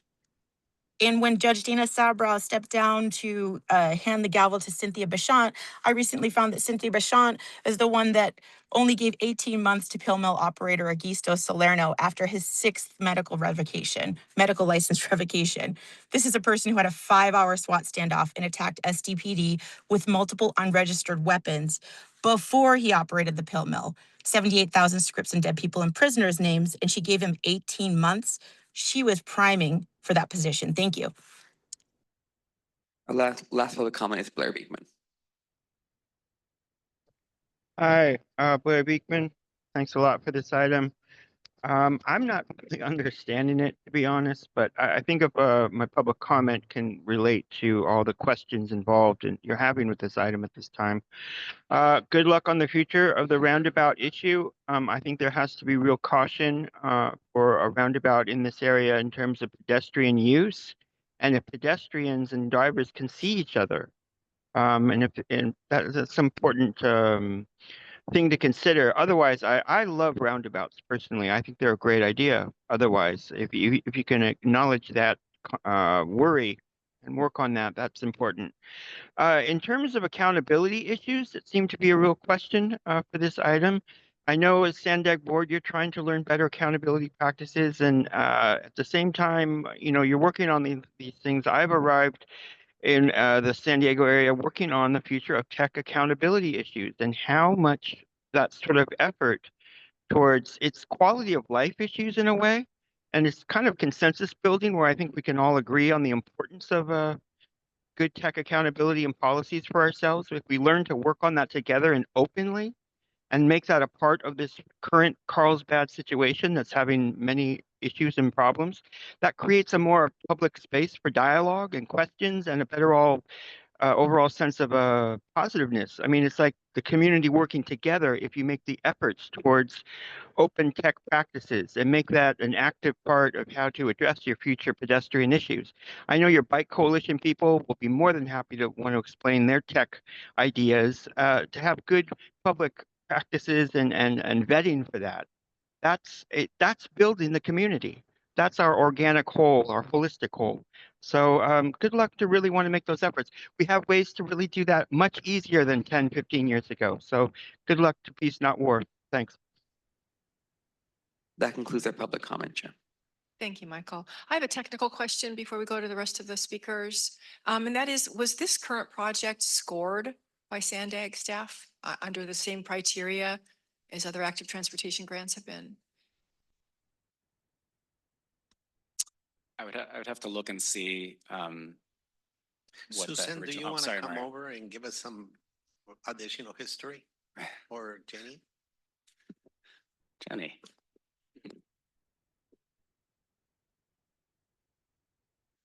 If you're asking about this new amendment and if we rescored it, it would have scored the same as the original project application because the changes that they're making, shifting from around back to signalized improvements are in alignment with what was in the original application.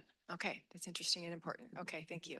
All right, I'm going to go in order from those who have pushed their speak buttons. The first is Councilmember Yurek. Why do I want to call you Yurek all the time? Pikus. They're all like, who the heck is Yurek?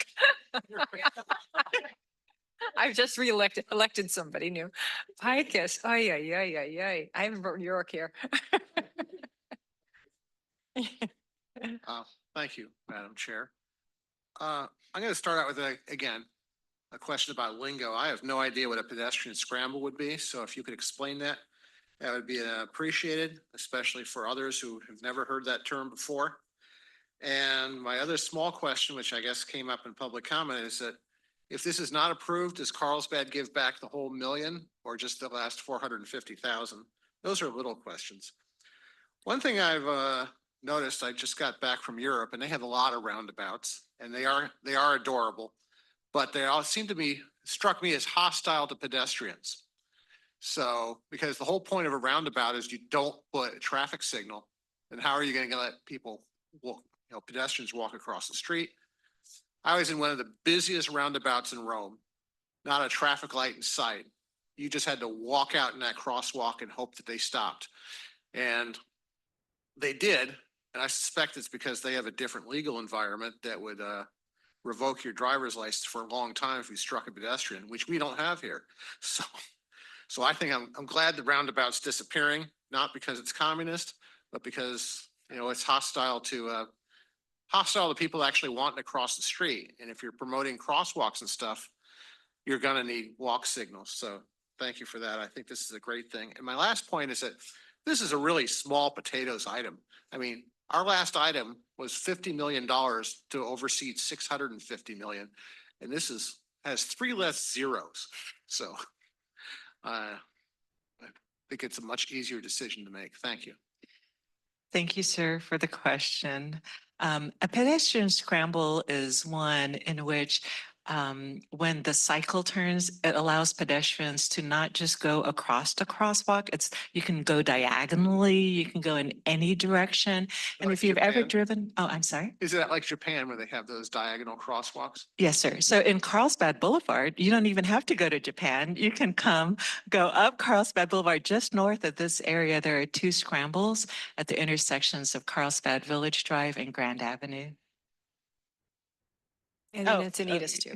Yes, sir. And then with regards to the return of the funds, what the city's request is we have been reimbursed up to $601,000 at the grant. And our request is that when the construction starts, that is actually when the city will be requesting that SANDAG reimburse the payment that we make to the contractor. So it is a reimbursement type of process. As mentioned earlier, we expect to have this completed by 2028, preferably earlier. Just to add, if the board rejects this recommendation today, the remaining dollars that have not been expended will go back into the program for future call for projects. Thank you. Mayor Duncan. Thank you. So I feel like I could talk about this for half an hour, so I'm going to try to avoid that under the threat of lockup from Mayor Minto. So I guess what it appears to be in front of us today, right, is an option on what to do with this, right? We could either just not approve it, which means the other $450,000 would just not be spent, right? Because that's still in SANDAG's possession. We could do what the Transportation Committee suggested, which, I sit on, and also ITALK, of course, looked at this and recommended against it.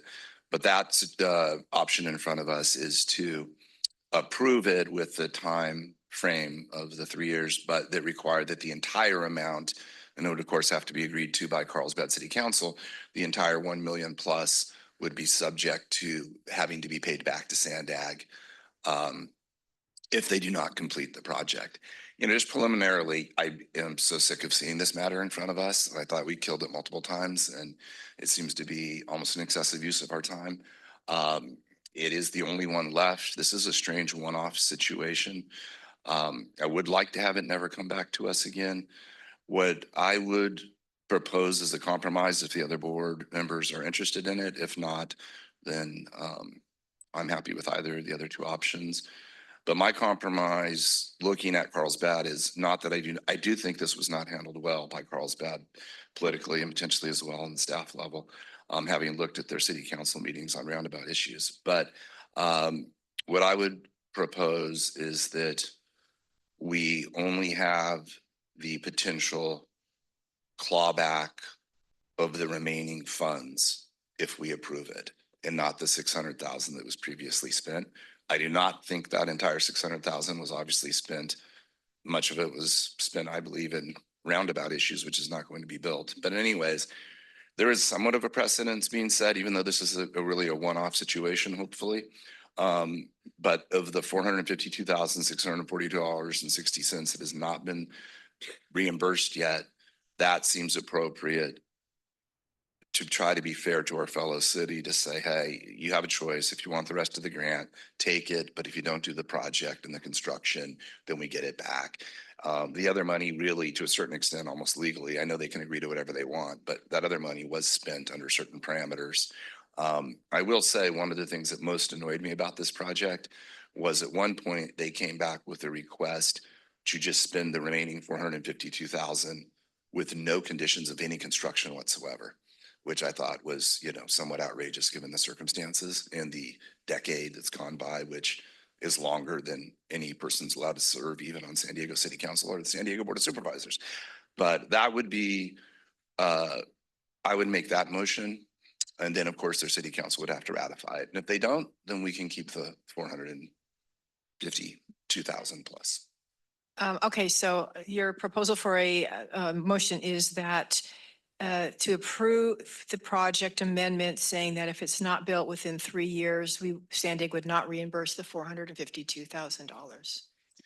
Assuming that what the staff is telling us that they believe they can do it in 3 years or less, I'd even be open if they said, we need 42 months. I really just never want to see this again. And I think it is an offer to try to recognize that, Carlsbad is one of our coast cities, and we'd like, if they can make this intersection safer, to have it happen. But if they won't agree that this other 452,000 is reimbursable if they don't do the project, so I'm open if they believe it should be 42 months, but 42 months, is that okay with the seconder of the motion, Mayor Jones? Okay, all right. I think that's more than a fair compromise. Okay, all right, that's the motion on the floor. I'll go to the next speaker, which is Mayor Minto. Thanks for not taking 30 minutes because I need 45. Just kidding. Come on. It's Halloween. That was the trick, by the way. Give us the treat now. Come on. I gave you the treat when you came in. Come on. So, you know what? I feel the same way. We don't need to keep seeing this. We all have done active transportation projects in our cities, and I just can't believe it's taken this long to get this far. And, Kevin, I don't know if it's because some dysfunction or something, or maybe people coming and going, or I just don't get it, to be honest. In my city, the first thing I would tell my staff is get her done. And I think it looks like a good project. I like the scrambles, by the way. I think those are pretty cool. And that's a pretty main thoroughfare there. So it's that also, I think a lot of scrambles sometimes makes it safer for pedestrians as long as they get out of the intersection. I would support this and like the 42 months. And my question is, I guess mostly is it, what do we do if there's a holdup? I mean, why would there be another holdup? I don't know, maybe that's more of a question for, well, I don't know if staff wants to answer it or if the council member wants to answer it, but what's the holdup? Why can't we get this done? I think in a way that's kind of irrelevant to the motion that's on the floor. So let's just hope to get it done within 42 months is what the motion is asking for. Right.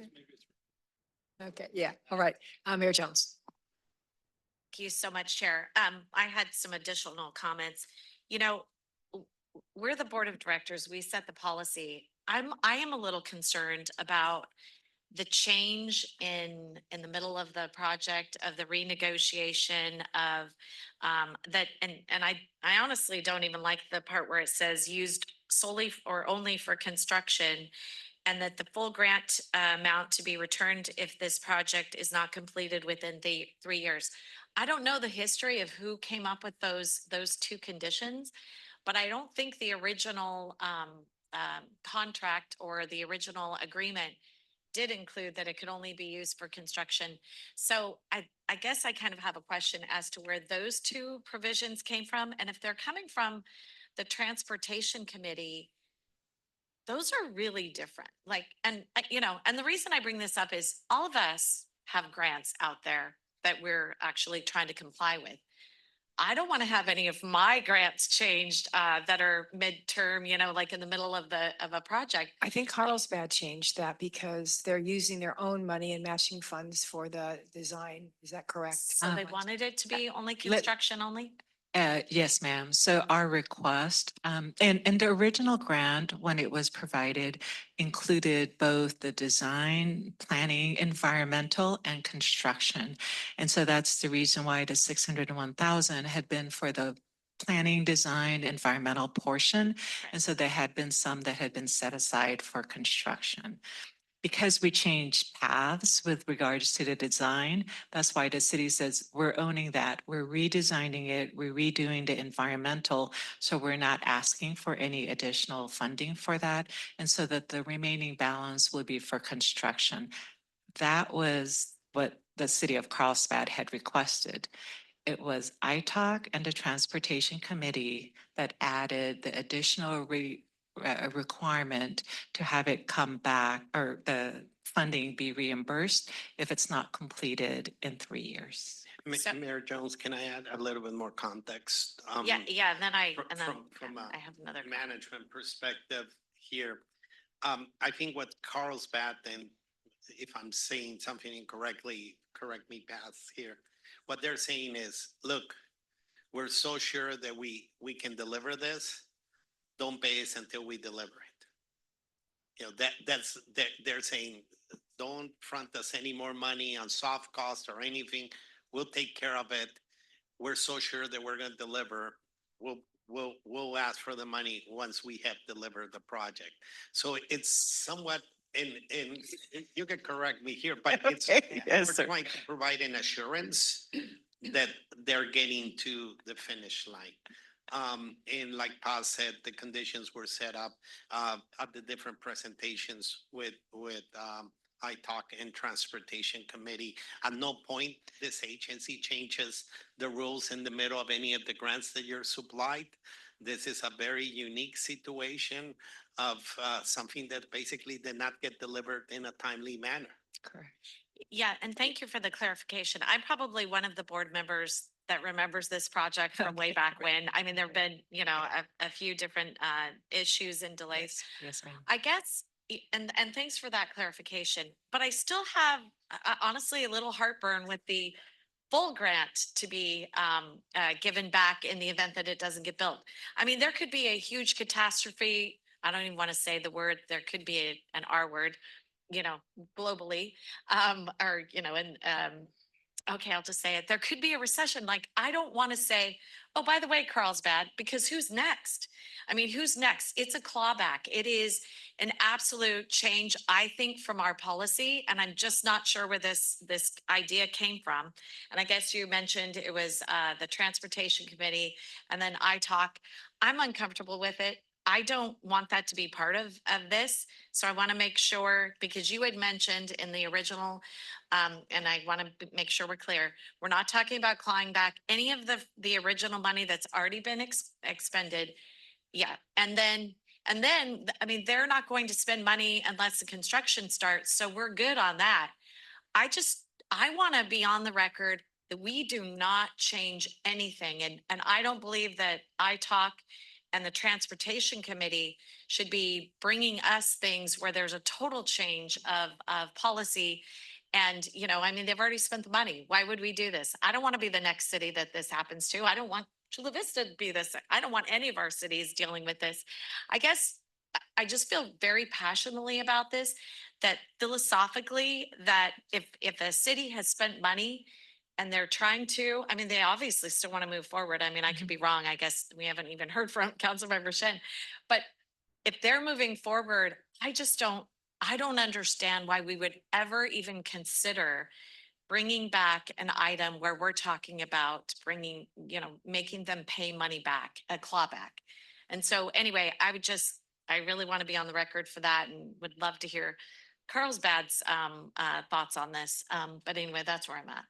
And just And for the my record, second still stands, sorry. oh, thank you. Just for the record, just wanted to state a correction to what Mr. Orso has said. Our request is to use approximately 453,000 for the construction phase, not until we're done. So what will happen is if we anticipate being able to go out to bid and start construction next summer, fall timeframe.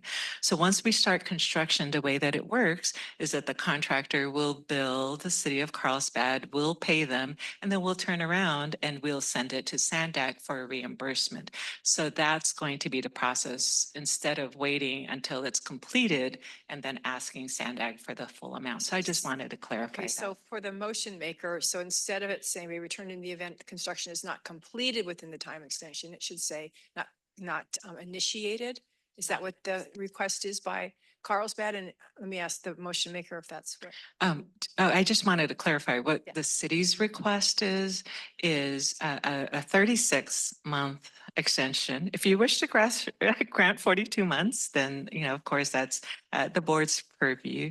But our request is an extension for 36 months and for the 400 and the remaining balance, 453,000, to be authorized for construction. Period. And that's it. So, Mr. Motion Maker, where are you with that?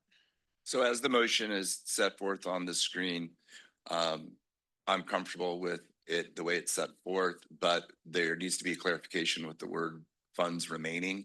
There could be confusion with whether or not that refers to the 453,000 number or just some, if they happen to have a little left. So it is that second tranche of which they've received none of it. So for me, funds remaining, which would basically be the 453. So I think we should just be specific. As you know, as to Mayor Jones' comments, I generally agree with them 100%. This is a particular one-off, and I viewed it just from a slightly different view, even though I agree with your conclusions. It's not that we're changing the grant mid. The grant's over, really. It's by beyond the time they come to us, they're changed the project. So it's a different situation. This is just an attempt to try to resolve it. I agree with you. I don't want to set a precedent that grants can be changed midstream and all these weird conditions can come up and clawbacks. And that's why I took out the 600. But for me, this seems like a very, very fair resolution. I hear what you're saying about ITALK and transportation. It's just such a weird situation. It's unique. If we're setting the precedent that in a really weird situation, we might have some options open, I'm okay with that precedent. But this is a very odd one-off, in my opinion. Great, thanks. Okay, Councilmember Shin, you are up next. Hey, nice.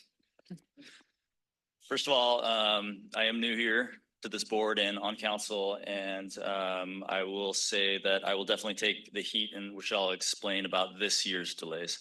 And I totally understand, because if I were to watch this in the purview of anybody else, that a grant taking this long to fulfill is very time consuming. And I am, I'll explain why I pulled from consent in regards to this, but can we get to slide 5 real quick, just so public and board's aware? My decision, so the path was going towards a roundabout, and sometimes I put my old fire captain hat on, and with slide 5, it just, if we're able to show it, it shows the actual location. So what you don't see in this photo is that from Tamarack State Beach to get out of the parking lot on the left side, and then you're entering the intersection, is extremely steep pitch in order to finally get there. And you don't get flat until you're actually crossing the intersection.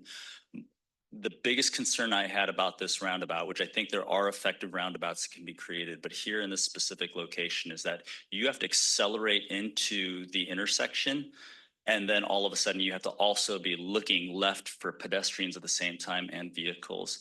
And so you're not going to be able to just go from coasting and then stop. You have to find a way to rev even harder. And if you make the mistake, your mistake's going to be potentially deadly. So I did not want a roundabout here. And I do think that it's getting very difficult to have the public feel adopted with how roundabouts go in certain locations. In certain locations, I've seen it, and it's been very effective. So I'll take all the blame that I really pushed hard to ensure that this was not going to be that. And the scramble doesn't work either, because in a scramble situation with the amount of traffic that goes here, that it would back up on both ways. So that's the context in that one. I pulled this from consent only because of the clawback issue. Mario, has there ever been a time that we've done a clawback, and if so, when was the last time? Not to my knowledge. Just to add to the question, normally, I'll give you the example on federal funds. In federal funds, if we obligate federal funds and we don't use them to deliver the phase that we obligated that dollar, within 10 years, the federal government requests a return of the funds. But grant-wise, I don't think we've ever done it, right, Jenny? Yeah. So I was just encouraging the conversation about clawback, since this is something that's new and it's unprecedented. It is a one-off issue, but because it's a one-off issue, then that creates like, is this a policy we're going to do, or are we going to use this tool? And then for me being new, what I was scared of also with just my potential ignorance is that, okay, this happened to me as a clawback. And then the next time someone requests an extension, I'm going to say, okay, yeah, with a clawback. And it could be midstream, because that's all I know as a context. So I wanted to make sure that as the board that we all feel comfortable with that. Only question I have is, and it's probably even to our cities, that if we go with this new recommendation, do we have to take this back to the council? No, sir. So if it is, the revised, The revision, the that's okay, revised yeah. amendment, yes, sir. Okay. Because it is different. If it is per the city's request, which is the extension of 36 months and for the construction phase only, it would not need to return to the city council, because I would be authorized to execute the grant. But with any additional caveats, it would have to be returned to the city council for their approval. Yeah, great. I feel comfortable with this motion, and then it'll come back to us as council to let you guys know whether we approve it or not. It was just that portion that all of a sudden we had to go back with the other additional funds, because it's like, why take the risk if we don't have to? So I'm supportive of moving this motion forward. Thank you, Mayor Ehlers. Yeah, I really appreciate that staff stated that the different project would not score differently. That was important. I think that should have been codified in the staff report too, because I think that is a key issue, and it's all about fairness to the other potential projects that lost funding or may not have gotten funding. 9 years, the second comment is 9 years is a long time. Yeah, I think it is a one-off. I support this motion.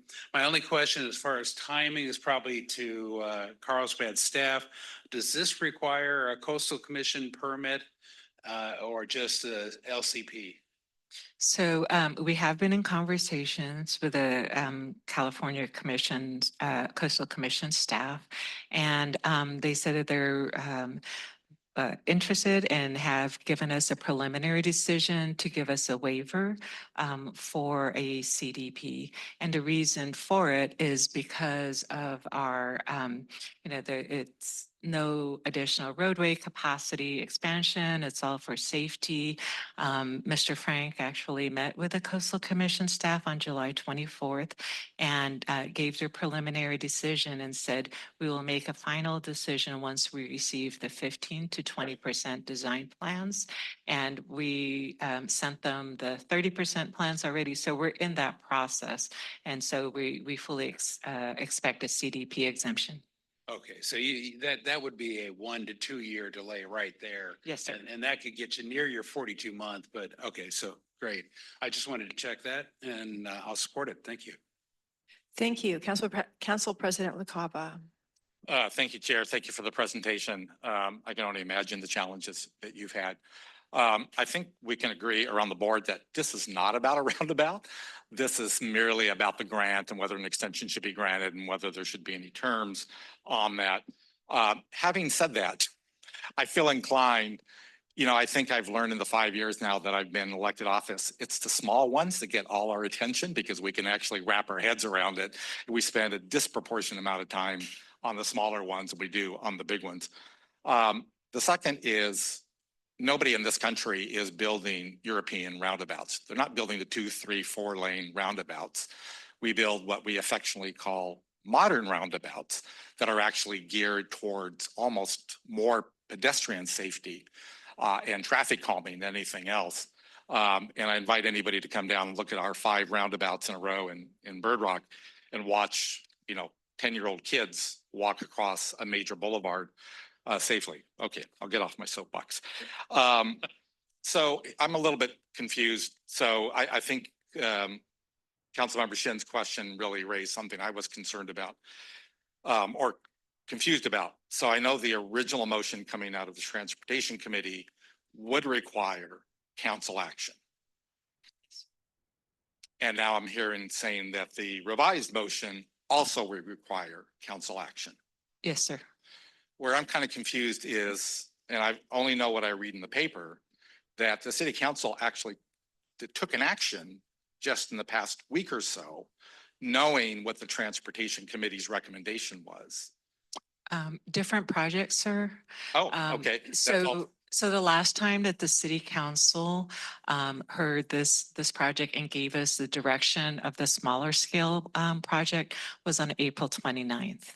So different project that maybe you were thinking about. And in that particular case, they had previously granted my position to be able to execute the grant. So if it's just a grant amendment saying, we're giving you direction here, staff, go ahead and pursue the grant with a smaller scale project, make it happen. No city council action needed. Because there's an addition to what was previously approved with regards to the $453,000, that would need to go back to city council for their approval. Well, each city has to act on its own accord. So the other element, I appreciate the clarification as Mayor Eller said that would have scored the same. So no one, that second place finisher in the grant process is not losing out on something like this. There's a couple of thoughts to some of what my colleagues have said, because I think as Councilmember Shin kind of implied, there's always a set of precedents and what is the tone we're setting here going forward. To me, there's a couple of things. One is that there's probably never been a clawback because there was probably previous board action that says, we're done. Let's just not do the amendment. Whatever money you spent, and we'll just put the unspent money back in the account. So that's probably why there's never been a clawback, because I don't disagree with Mayor Jones. The other element to this is, and I'm going to put one or both of you on the spot, given the motion, do you think the full city council is actually going to support this motion? As staff, I don't speculate on how the city council is going to vote. I take direction from the city council and execute it.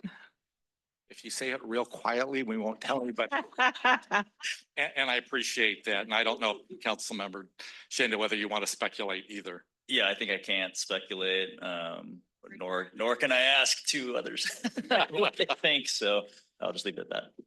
Fair enough. It does worry me. The trouble I have, I think, is, to me, this is actually, I never imagined one of the hardest decisions I'm going to make, because I think we all want to be respectful of our individual cities and the challenges that we have going forward. But I think the oversight and the integrity of the process, I don't want to do clawbacks either. So I was never interested in the $600,000 that had already been spent. But also, and I wasn't at Transportation Committee, and maybe Mayor Duncan could speak, but to the issue that Mayor Jones said, there's sometimes an attitude of, we don't really want to do this anymore. We want to just kill it right now, but let's find a path that we can find a support and have a little bit of an incentive to actually get it done. And I think the intent to claw back $1 million was really kind of, our hammers are not big enough. Let's make a bigger hammer that would motivate the city to get on with it, as opposed to punishing. I don't know if that was really Transportation Committees. I'm concerned that this is going to come back to us. The council is not going to approve the language here. And we're going to be right back here again in the next few months. Yes. Just to be clear, if it wasn't clear to me, is that if they're, and we can add it to the motion, but if their city council denies the terms, that then the grant is dead and it does not come back. That was my intent. So I'm sorry, I just wanted to clarify that, Councilmember. So in other words, we wouldn't have to wait for the 3 years to find out if this is not going to happen, right? Yeah. Right, they can approve it and accept the $453,000 in the 42 months to do traffic improvements at this intersection under their new project that they're pursuing, or they can say no, thank you, and SANDAG can keep the $453,000. Okay, so I would add a sentence at the end that to the extent that this is not approved by Carlsbad City Council, nor the terms of, as the staff said, the terms of this grant change is not accepted by the city, then the grant is dead. Yeah. I mean, that's the intent. Seconder? Well, just want to clarify. So, but still no clawback from the original money that's already been. Yeah, and that's not part of the Okay, grant now, okay, nor yes. the motion, yeah. Then I absolutely. do accept it with that. Yeah. Thank you so much. Okay, right? Okay. Okay. Well, I was leaning no on the motion as you originally had amended, but with this addition, I think it sends a pretty strong message from the board, and I think an appropriate one. I feel a little bit bad because I know how difficult it is to move projects and spend money and et cetera, and work with your constituencies and what they're happy with and what they're not happy with. But with that, I'll be supportive of that. Very good. Thank you, Chair. Thank you. Councilmember Cazares. Thank you. I am definitely supportive of this action by Mayor Duncan. Thank you. And I appreciate that final sentence.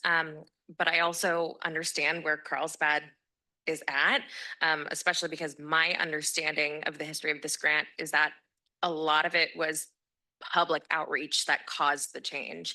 It wasn't something that was just more convenient or even cost savings, but it had to do with a lot of public comment and concerns from the public. So I can appreciate and understand why this has taken longer. That being said, I was still in high school when this grant was awarded to the city of Carlsbad.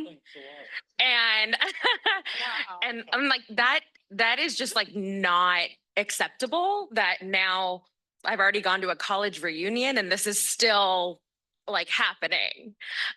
And I'm sorry to bring my age into it, but seriously, like I think it does paint a picture of how long this grant has had when it was initially supposed to be a 3-year grant. And so I want to put it on record that if for whatever reason, because of the last sentence, I don't think it will ever come back to us. But if for whatever reason it does, I would not feel that it would be fiscally responsible or set a proper precedent for me to ever vote to continue this again. So I'm putting it on record now that I'm happy to support it today. I think 42 months, giving them that extra 6 months is great. Wiggle room is always appreciated, especially in some of our smaller cities. And I'm glad that you're prioritizing this pedestrian infrastructure and that it's finally going to get done. But I never want to see it again. And I also really think beyond just this item, we need to talk about setting more restrictions on extensions for grant funding in general, because hopefully this is a one-off, but I don't want this to ever happen again either. So supportive, especially with that final sentence. I want to give Carlsbad the ability to do these infrastructure improvements because I think it's really important to pedestrian safety. And that's what I ran on, was pedestrian safety. So I'm glad that you're doing it. Don't ever come back to us with this. Thank you. Mayor Duncan, you're up again. Did you have anything else to add? No? Okay. Councilmember Shin? You think you don't want this to come up again? Got staff here. None of us want to be here. So yes, I think this is all beautifully written and very thought-provoking of how it goes. When I had asked staff, like, what is taking so long, right? I got to face this. So some of it was just to let you guys know, there was 13 different council members that have rotated through the period of this course. Like there was a lot of disruption within our own city, and then 5 city managers through the process of this time. So I think this got a little bit pushed around because of that, one. This year, like I said, is my fault. I just couldn't see a roundabout taking place in this personal location. And then the thing that I wanted to make sure that everyone understood, because this is a good update that I had, maybe Paz can explain for us, is can you explain the frustrations, and it was written in the memo, in regards to the state jurisdictional lines and how we couldn't proceed for certain reasons? Yes, sir. So maybe not everybody understands that the entrance into from Tamarack as you're going west is into the state beach. And so there has been previous discussions with state parks with regards to who owns what and et cetera, with regards to the boundary and the property limits. And it had gone back and forth a few different times. So anything that's being done needs to be run through the state parks and get their approval, and we actually pay for them to do reviews of any of our projects in that vicinity. And so that adds to the complication because of the state parks jurisdiction. And do we still know these jurisdictional lines now? No, sir. And that's, it's an ongoing issue that there's a dispute between the city and the state on where the property lines are. So just to let you guys know, like, the attempt has been made, but the delays are also not just within ourselves. And that's another component of which I was nervous about timelines, is because we still don't have the answer from the state about where this line is. So if you're asking why we're kicking the can, I don't think our city has the culture of wanting to like just stall projects out, but we're waiting for answers ourselves. And if they still don't provide us it in a timely manner, I could see this thing dying by the vine, but I also want to let you guys know a little bit more clarity of why this is taking place. I want us to all cut a SANDAG ribbon in front of this project when we're done, and first round's on me. So that's all.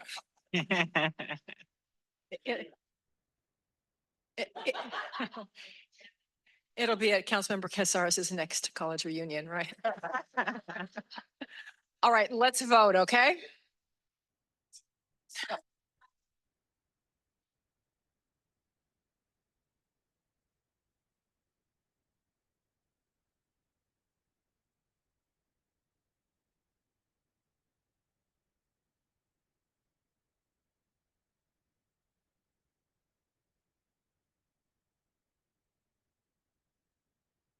Okay, you got it, all right?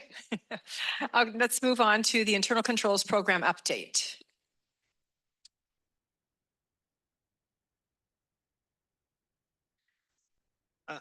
As Shanae is coming and getting prepped for her presentation, earlier this month, you all asked us to come back and share information about what we're doing to strengthen our internal controls. So we're meeting our commitment here of what you asked us to come and do. Again, it's our commitment to be transparent. There's a lot going on, and you're going to get to see it. And we're really open for the dialogue and guidance. This agency is going through some transformation, but I don't want to stop highlighting the incredible staff that we have, and the incredible energy that they bring to this agency. It's just channelizing that energy and putting in those guardrails and putting in a systematic approach of how to do business, and how to be extremely transparent and open to the dialogue and the guidance that you all provide us. So today, the team is going to provide us, based on your request, of what we're doing to get there. And like I mentioned, next week, we're beginning the assessment for toll ops. OIPA's helping us with assessment of the finance department. They'll come and do a report, and I've seen some preliminary ones, and it's very helpful. We're doing an assessment on classes on HR. We are we did a full assessment on project management and capital, and that's why Clint, has been totally reorganizing that area. So we're working, it's a work in progress. We will go to the majority of the departments. And there is a lot of work to be done on each of the departments. Like I said, it's not going to be done within a couple of months. It's going to take a while, but I'll give it to the team and tell you how they're working at it. Thank you, Mario. So I am Shanae Pickney-Forrest, the Director of Internal Controls. With me today are Clint Peace, the Senior Director for Capital Delivery, and Robin Wapner, the Chief Administrative and Public Affairs Officer. Today, we want to provide you with an overview of our efforts related to the areas we prioritized as part of our initial assessment and initial internal control improvements. As previously mentioned, my role is to make sure that we are compliant with regulations, efficient with the use of resources, and that we are strategically planning to address organizational risk. And throughout our presentation today, you will see how we are coordinating and synchronizing our efforts throughout the organization and communicating our efforts to you in real time. As a refresher, our core areas of focus are central repositories and documentation, standard operating procedures, and training. And within all of these areas, there are aspects of project management and capital delivery.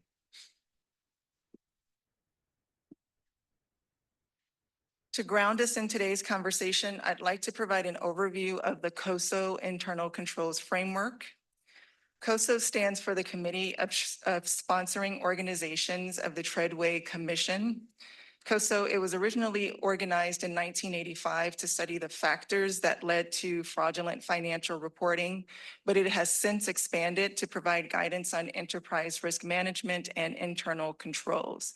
This COSO internal control framework is also explicitly stated in SANDAG's Board Policy 41 on internal control standards. And the policy requires that the management team and staff foster an adequate internal control environment. We hear the term internal controls, but what exactly does that mean? At its simplest terms, internal controls are activities that are designed to either prevent things from going wrong, detect when things have gone wrong, or correct things that have gone wrong. And these activities collectively provide various opportunities for organizations to monitor their operations. The COSO framework has 5 elements that I'll highlight. I'll provide a brief description of each, a high-level summary of what we're doing, and then I'll hand it off to my colleagues to provide more detail about our efforts. So the first element is the control environment. This requires the board and senior management to set the tone at the top, for management to establish an organizational structure that identifies roles and responsibilities, and for management to have a process for attracting, developing, and retaining talent.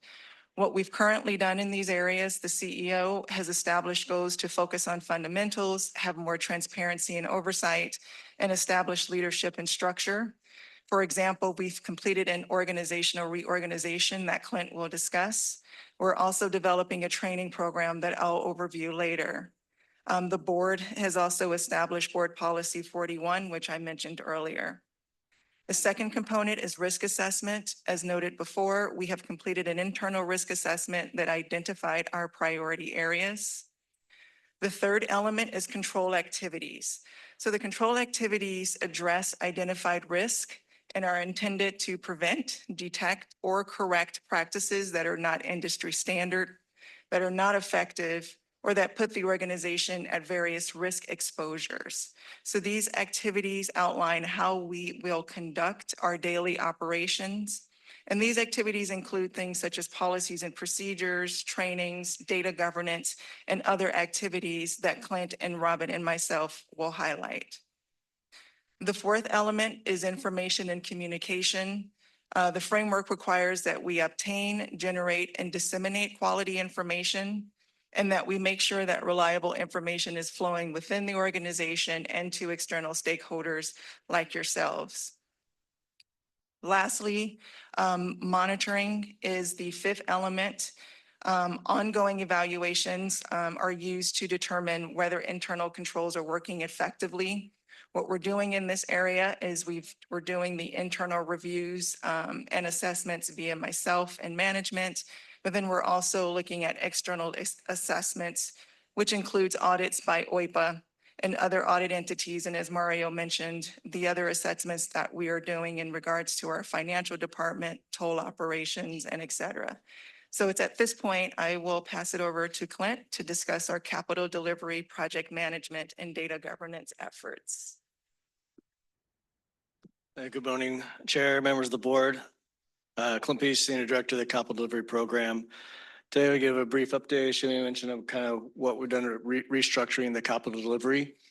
So we got three main groups, departments under the capital delivery program. I mentioned before, Maria Rodriguez, unfortunately not able to be here today, is the head of our mega group, projects and goods movements. So that includes projects like Otay Mesa East, the Losan realignment, looking at the back office, the regional back office system, and some of the larger, more complex projects. We have the engineering and construction group headed by David Cortez over there. And so that, and then we have the third group is the program project management department. We currently have a vacancy there, and I'll be filling that role for now. Some of the things I want to point out, I think, is the engineering construction, things that we can go back, sorry. Just wanting to point out some of the things we're also changing within those groups. So the engineering construction, particularly, we've moved project management was in that group, has been moved over to the PPM group. And within the engineering construction, there's three core areas now. So there's the traditional design engineering, we have the construction group, and then we've created what we refer to as an office engineering group. And so that office engineering group is on the technical engineering side, kind of that oversight QC. They'll be responsible for a lot of the manuals, policies, guidelines, independent cost estimates, and a lot of those reviews of the design group, kind of a third-party check that we've talked about within the design side. Go to project management. So the project management group, we're focused there on the larger capital program policy procedures, methods, training program we're setting up. As Mario mentioned, some of the metrics in terms of tracking the overall portfolio of projects. The project management departments also have three core groups. So the project managers have moved over. We have the capital project office that has traditionally been here. There are a lot of the support group to the project managers, financials, all their budget changes, tracking projects. And then we've created the new program group. And so that group is really is what's going to be focused on our training programs, our policies and procedures, oversight of the projects, and looking at more of that holistic program and portfolio view. Next slide. I think we should. So that was the structure of the capital program overview. We're moving to our efforts on the data governance. So Grace Bino is our senior director over data science and bits. She's not able to be here today, so I'll give a little brief update and kind of where we're at with our data governance efforts.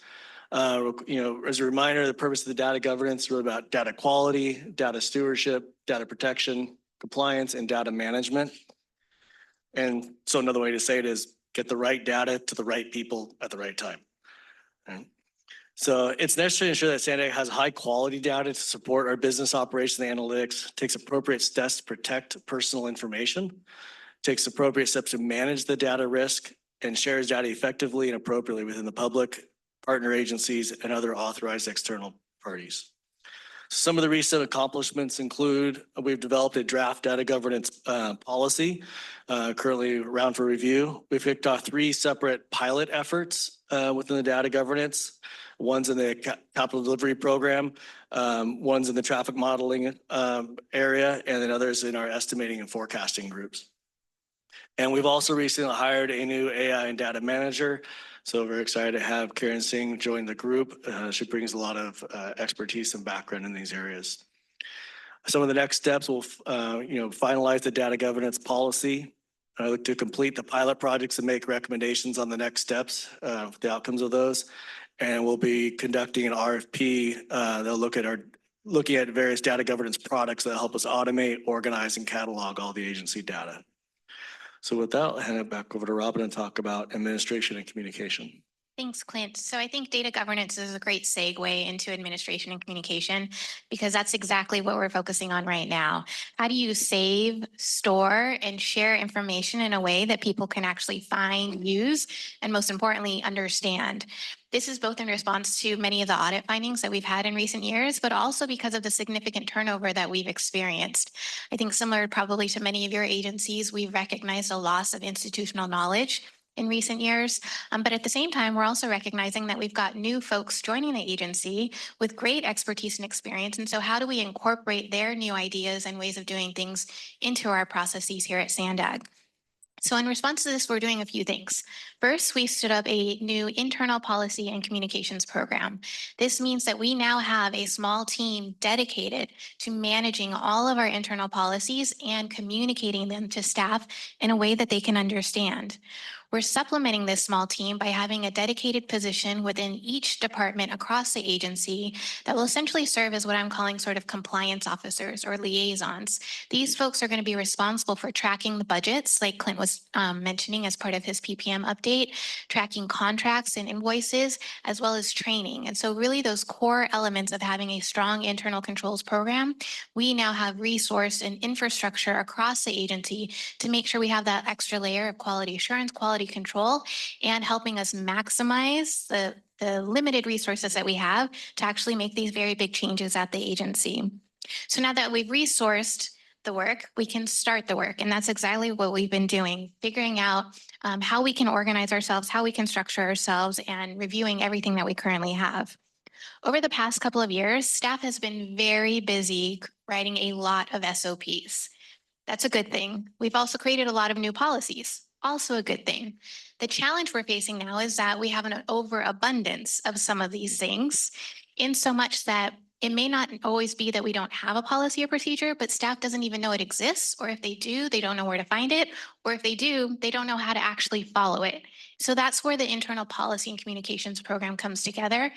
It's by bringing all of this together in one place that we can actually help staff understand and comprehend everything that we're pushing out towards them, and to manage all of the change that is coming through all of these new policies and procedures.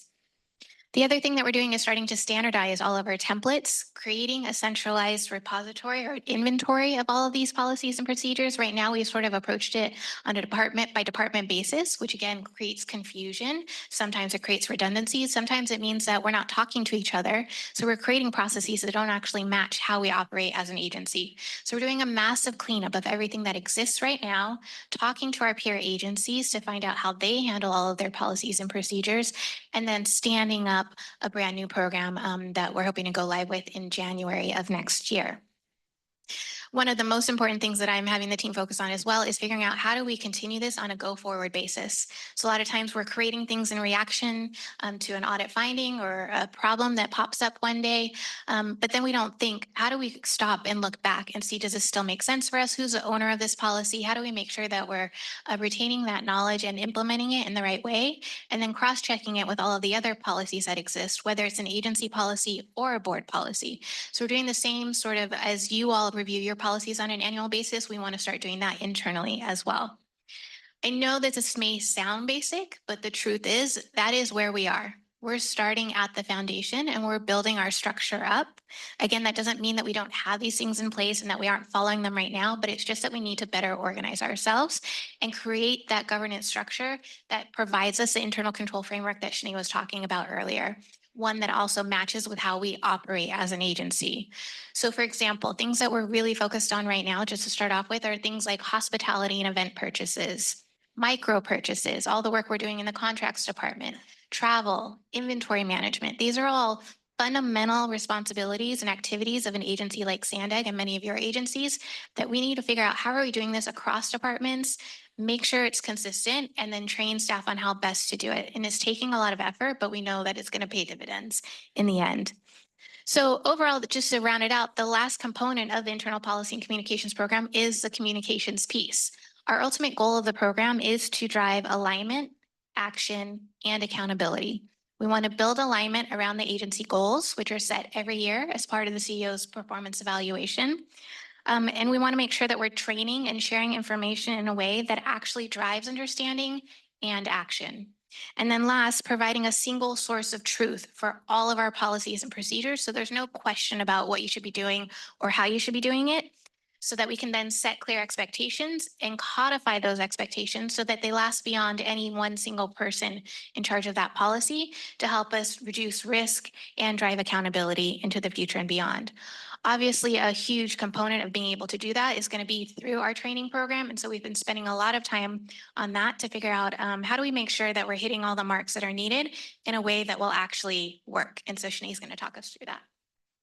Yes, so lastly, have been our training efforts. So what we are doing in regards to our training program right now is, one, we are developing a training plan to meet compliance requirements and enhance staff professional development. So we're identifying mandatory trainings. So these mandatory trainings are those trainings such as, workplace harassment, workplace violence trainings, trainings that are mandated by statute. We're also identifying trainings that are required for staff professional development. So these would be trainings that are specific to a staff member's job role.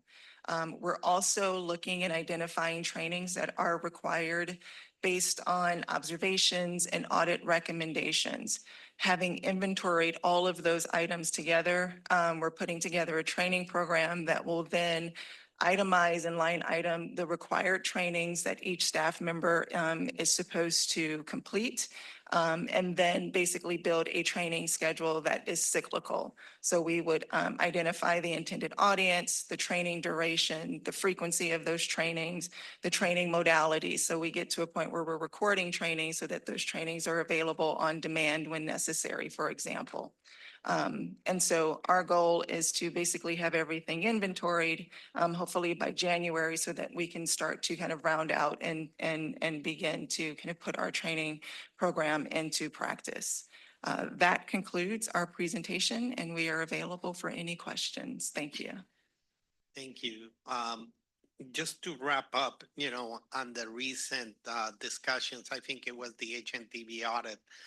I mentioned that we and Shanae showed on that presentation the humongous amount of recommendations and actions. And Robin mentioned that there were a lot of policies, instructions, SOPs are standard operating procedures, or if I'm saying it right, instructions pretty much to staff. But we were very reactionary. I'm sorry, I can't pronounce, but we were reacting very on every recommendation. And there was a point that, and this is what the team is doing, we pause and say, hey, let's look at the big picture. Let's inventory what we have in all the departments doing assessment. So that's going to be like a Lean Six Sigma type of approach, or ISO approach of looking at the steps and what we can do better, but also on the procedures, the manuals, the guidelines, the inventories. One day I asked how we're doing with mandatory training, and everybody drew a blank. I said, no, we need to always keep track of our mandatory training and make sure that employees are following it. So we're looking at that big picture. We're looking at duty statements, core competencies that are required for those duty statements. Currently, an example was duty statements were considered the job advertising, and if a person was there for 20 years in that position, that means his duty statement didn't change. And we are a different world 20 years later. And you mentioned, Mayor Jones, you sometimes have to repurpose, right, within the agency. So again, and not to take more time, we have paused, we have zoomed up, we're doing an inventory of everything. And that could be either administrative, project management, contracts, you name it. A lot of the items are there. It's just getting them organized in the appropriate way, manner and communicate. So that's where we are. You had asked us for this update. So we're all ears. Very good. Before we go, and thank you very much, team, really appreciate this. We're going to go to our public comments first, Michael. If you are online, please raise your hand now. We have 2 in person, allegedly Audra, followed by Truth. The government's intentionally incompetent, and then we create all these different, boards or things that are going to internal controls to make it seem like there's competence going on. But obviously there's not. The last time Shanae was here, you guys were talking about not being able to find documents, but they're still there. If I owe you $100 and I'm like, I'm not sure where it's at, but I'm going to give it to you and we're going to call it paid. Pretty sure nobody would accept that. But just with the contract that was passed, knowing that this company, AMCOM, whatever, ACOM, I don't know what it is, that they engage in fraudulent claims, that they engage in fraudulent financial reporting, that they engage in overbilling clients. There's lack of oversight. It's like there's all these things that are known about them, yet we go into a contract with them and they've already paid out many settlements because of this. So I don't know how it's so easy to find this information, yet you guys sit here and act like, you were picking between 2 companies. First of all, what's the other company? But if you guys can't even take care of your own business, make sure that you guys know where your documents are, it's like the incompetence is insane.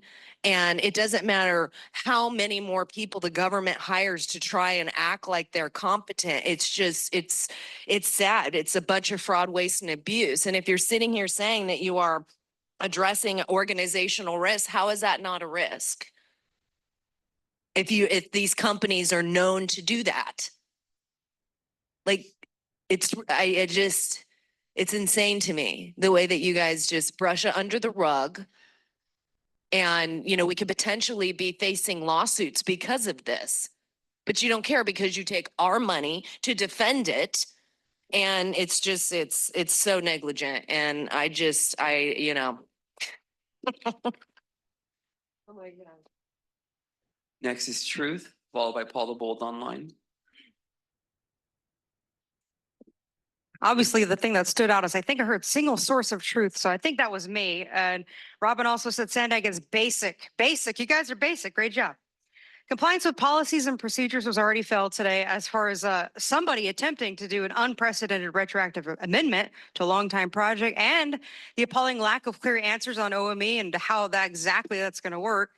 Efficient use of resources. This is the agency that had 3 $27 million bike lanes in one city. Strategic planning took 2.5 years of speaking here to hear strategy rather than denialism of fiscal realities. Transparency, the only thing that's been transparent is the corruption at SANDAG. Coordination, synchronization. ITALK, MTS, NCTD, CARB, the state, the feds, and cities all need to be worked with rather than SANDAG fighting the feds and kowtowing to CARB. Hence why the DBE racist nonsense was ended, and yet the totalitarian RENA and GHE quotas still exist. And why NCTD and MTS are allowed to run rampant with their tax dollars. I've been pushing for a central repository and documentation network for this entire year, if not longer. Accessible public records lead to transparency and accountability, and SANDAG needs to run out of excuses as to why projects fail. On institutional knowledge, Gallegos deleted records, Hassan intimidates staff into hiding records, and Mario said records are sometimes missing. This is solvable, just do it. Standard operating procedures means you do what you're supposed to do when you're supposed to do it. Sign the forms you're supposed to sign, staff. If you're approving a sole source contract for the millionth time, there should be public justification for public accountability, just like how meetings have a set start time and then they start late. Communication, some staff have errors in their data and contradictory information. Luckily, not Cortez or Clint. SANDAG needs to bring audit results to different city councils. And if the mere mention of the word communism triggers you guys, you're weird and it proves I'm over the target. Monitoring is not just an internal director's job, it's everyone's job to hold each other accountable. If you see something wrong, say something. If not, federal investigation time. Happy Halloween, pumpkinheads. Next is Paul the Bold, followed by Blair Beekman. Can you hear me? Yes, go ahead. The presentation about internal controls, at least the slides, has no specifics on how SANDAG is currently implementing those internal controls. Lots of wiggle room, lots of potential fraud. SANDAG seems to be hiring a new director of internal controls, an unfortunate but unnecessary use of our money. I see that transparency means communicating SANDAG's efforts with various stakeholders, unquote, since the public are also stakeholders, and I looked up the definition. I am expecting more communication as programs which should be expanded, which are not working as planned, which are unused or not used as intended, which are failing, and so on. Although when I see various, I am hoping that it does not mean the same old selective game. For instance, not notifying the board of a broken toll system for 6 years. I also see that you are stressing leadership tone on slide 4, control environment. I am guessing a lot of leadership tone includes reaction to staff tone, which is also often confusing, overly technical, and leaves out details. Good communication requires an effort from all sides. Not everyone is a mind reader or techie. It's no longer a good-bad two-party system. Coordination and synchronization are good, especially if used as buzzwords or concepts. It does show that a lot of these goals, apparently the ones categorized by the last Thank you, Paul. Your time has audit. expired. Next is Blair Beekman, our last public comment. Hi, thank you, Blair Beekman. Thanks a lot for this item. Yeah, nice to hear about this sort of item. This is like doing good internal work. And the work I do with tech accountability first was created by the ACLU back in 2014 to address ongoing continual war in this country from 9/11. We kind of wanted to change the game, and we did. And it's very nice that it is happening. Boy, I mean, we can be more open and accountable with each other, and I think we have to keep working towards those concepts. I mean, it just builds peace and not war, basically, and that's our future. And so any way you can add tech accountability to this work on this item, I think can be of help, and it would be appreciated. And it's just a time that I try to add what tech accountability can add to a community, you know, what in its various many forms, how it can help. And this is one of the areas, how you deal with cybersecurity issues, how you deal with interpersonal relationships and what SANDAG is trying to build towards better accountability overall. Tech accountability and its good ideals just really lends itself to community life. So I just wanted to mention its good practices again, yet again, and just to remind yourselves, you know, just really look into its stuff, how it can help these sort of practices in the future we're trying to build for SANDAG and for Carlsbad too. Carlsbad has some good help with public ideas right now. They've had good things. Any additional help with tech accountability can help bring together public and government in the future. Thanks a lot for your efforts. That concludes our public comment, Chair. Thank you. Mayor Jones. Thank you so much, Chair. So the reasoning behind us in San Marcos starting our lien department was, and then I think also SANDAG, part of it had to do with procedures and all of that. And then Robin, you had mentioned the tracking of the budgets, the training, and the quality control, which is really important. I think another part that could have been part of this, the actual update, is that we potentially can be saving money. I mean, it's not guaranteed, but I think once you see that your controls are maybe not working properly, that's what we have found in San Marcos. Like I mentioned a little bit earlier, and I apologize for kind of going off. I just was thinking as I was talking this morning about it after Mario talking about it in his update. I think, you know, the whole thing of seeing when you get in there, things not, you know, maybe you need to move people around, and that in itself is important because, you know, again, that savings is a potential. But also at the end, you know, having better processes when we're building something, the construction management part of it, or the capital delivery part of it, that, you know, actually makes sense. And, you know, something that we do is we always do a best value analysis in San Marcos. We also try to figure out if, and the best value analysis is part of this, whether it makes sense to outsource it or whether it makes sense to have it in house, you know. And so I wanted to bring that up because in the having the embedded in each department, is that going to be, are we thinking that it would be something where we would be hiring new people, or is it, because that wasn't 100% clear to me, maybe I missed it. Or is it that we're planning on consultants doing that? And I'd like to hear your answer, and then I have maybe a follow-up on that. Okay, a couple of things. Getting reorganized doesn't mean that we're waiting to find ways to be more efficient. I'll give you an example. There is a substantial amount of time, personnel time, that is dedicated for travel requests and travel processing. So the team is already looking at an automated system that each employee would put in, submit their travel requests, the travel options are there based on certain guidelines, and then it would automatically go to their supervisor for approval. That potentially will save us personnel hours and make us more efficient. What we're doing is, after getting organized, we're also doing those assessments on the different departments, that it's going to line up with the classification assessments, and as well as the duty statements and core competencies, to find out if we have the right people in the right positions. At the same time, Clint, there's so many parallel activities, is working with budgets in what's called resource management, which is loading the hours that each employee is going to work on each project or endeavor or planning effort.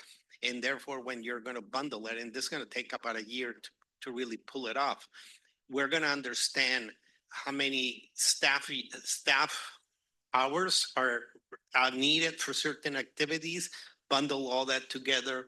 We should be coming up with a number for the staff number for the agency. And I don't want to spook anybody like saying, oh, that means cuts or whatever. No, it's determining that baseline of number of the agency, what's the sweet spot where we can manage peaks and valleys.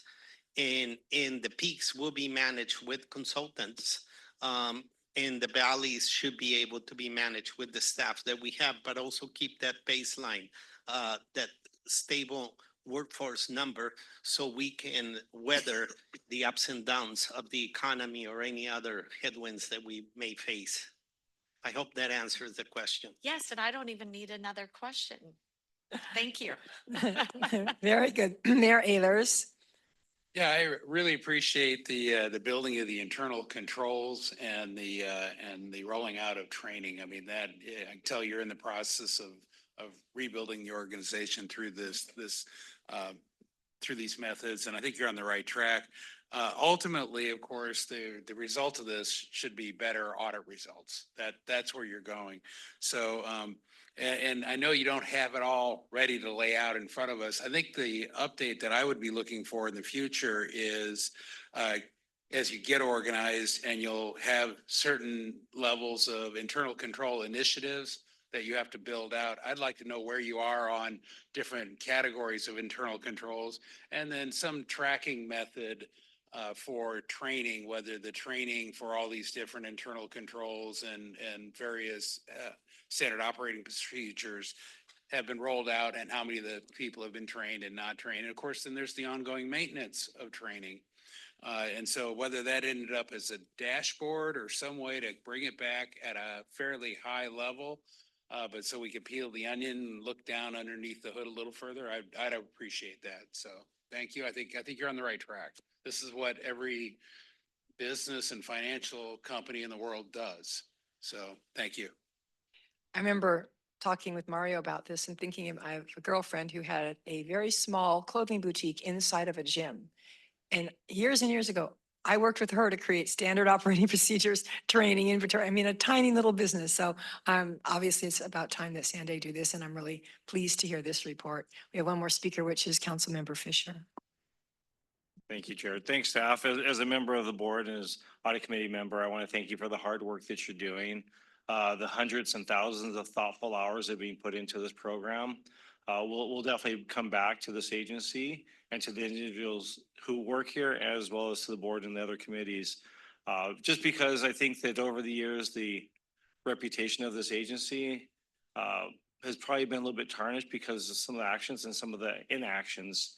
And so this is definitely a huge step in the right direction. I personally feel that the work you're doing is moving faster than I would ever expected it to. And I think that the dividends will see much sooner of a return than we can do. And I think that the trust from the board members in the agency and then how we work and watching what you're doing really is a testament to what you're doing. And I think that the staff members, I hope they enjoy it. Everybody likes to say nobody likes rules. We all like rules. We may not choose to follow them, but in this type of environment, I think it's an important part that they do follow the rules because they are managing large projects of taxpayer funded monies. And I agree with Mayor Jones. I think that we're going to see some savings in the long term of what we really need. And the assessments that Mario spoke about really do help the agency decide what type of staff they need and where they need them in particular. So again, thank you for all you're doing.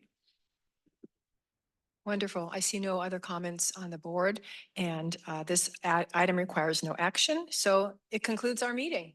We are adjourned. The next Board of Directors meeting will be next week, November 7th at 10:30. Prior to that is the Executive Committee at 9 a.m. See you all then. Happy Halloween.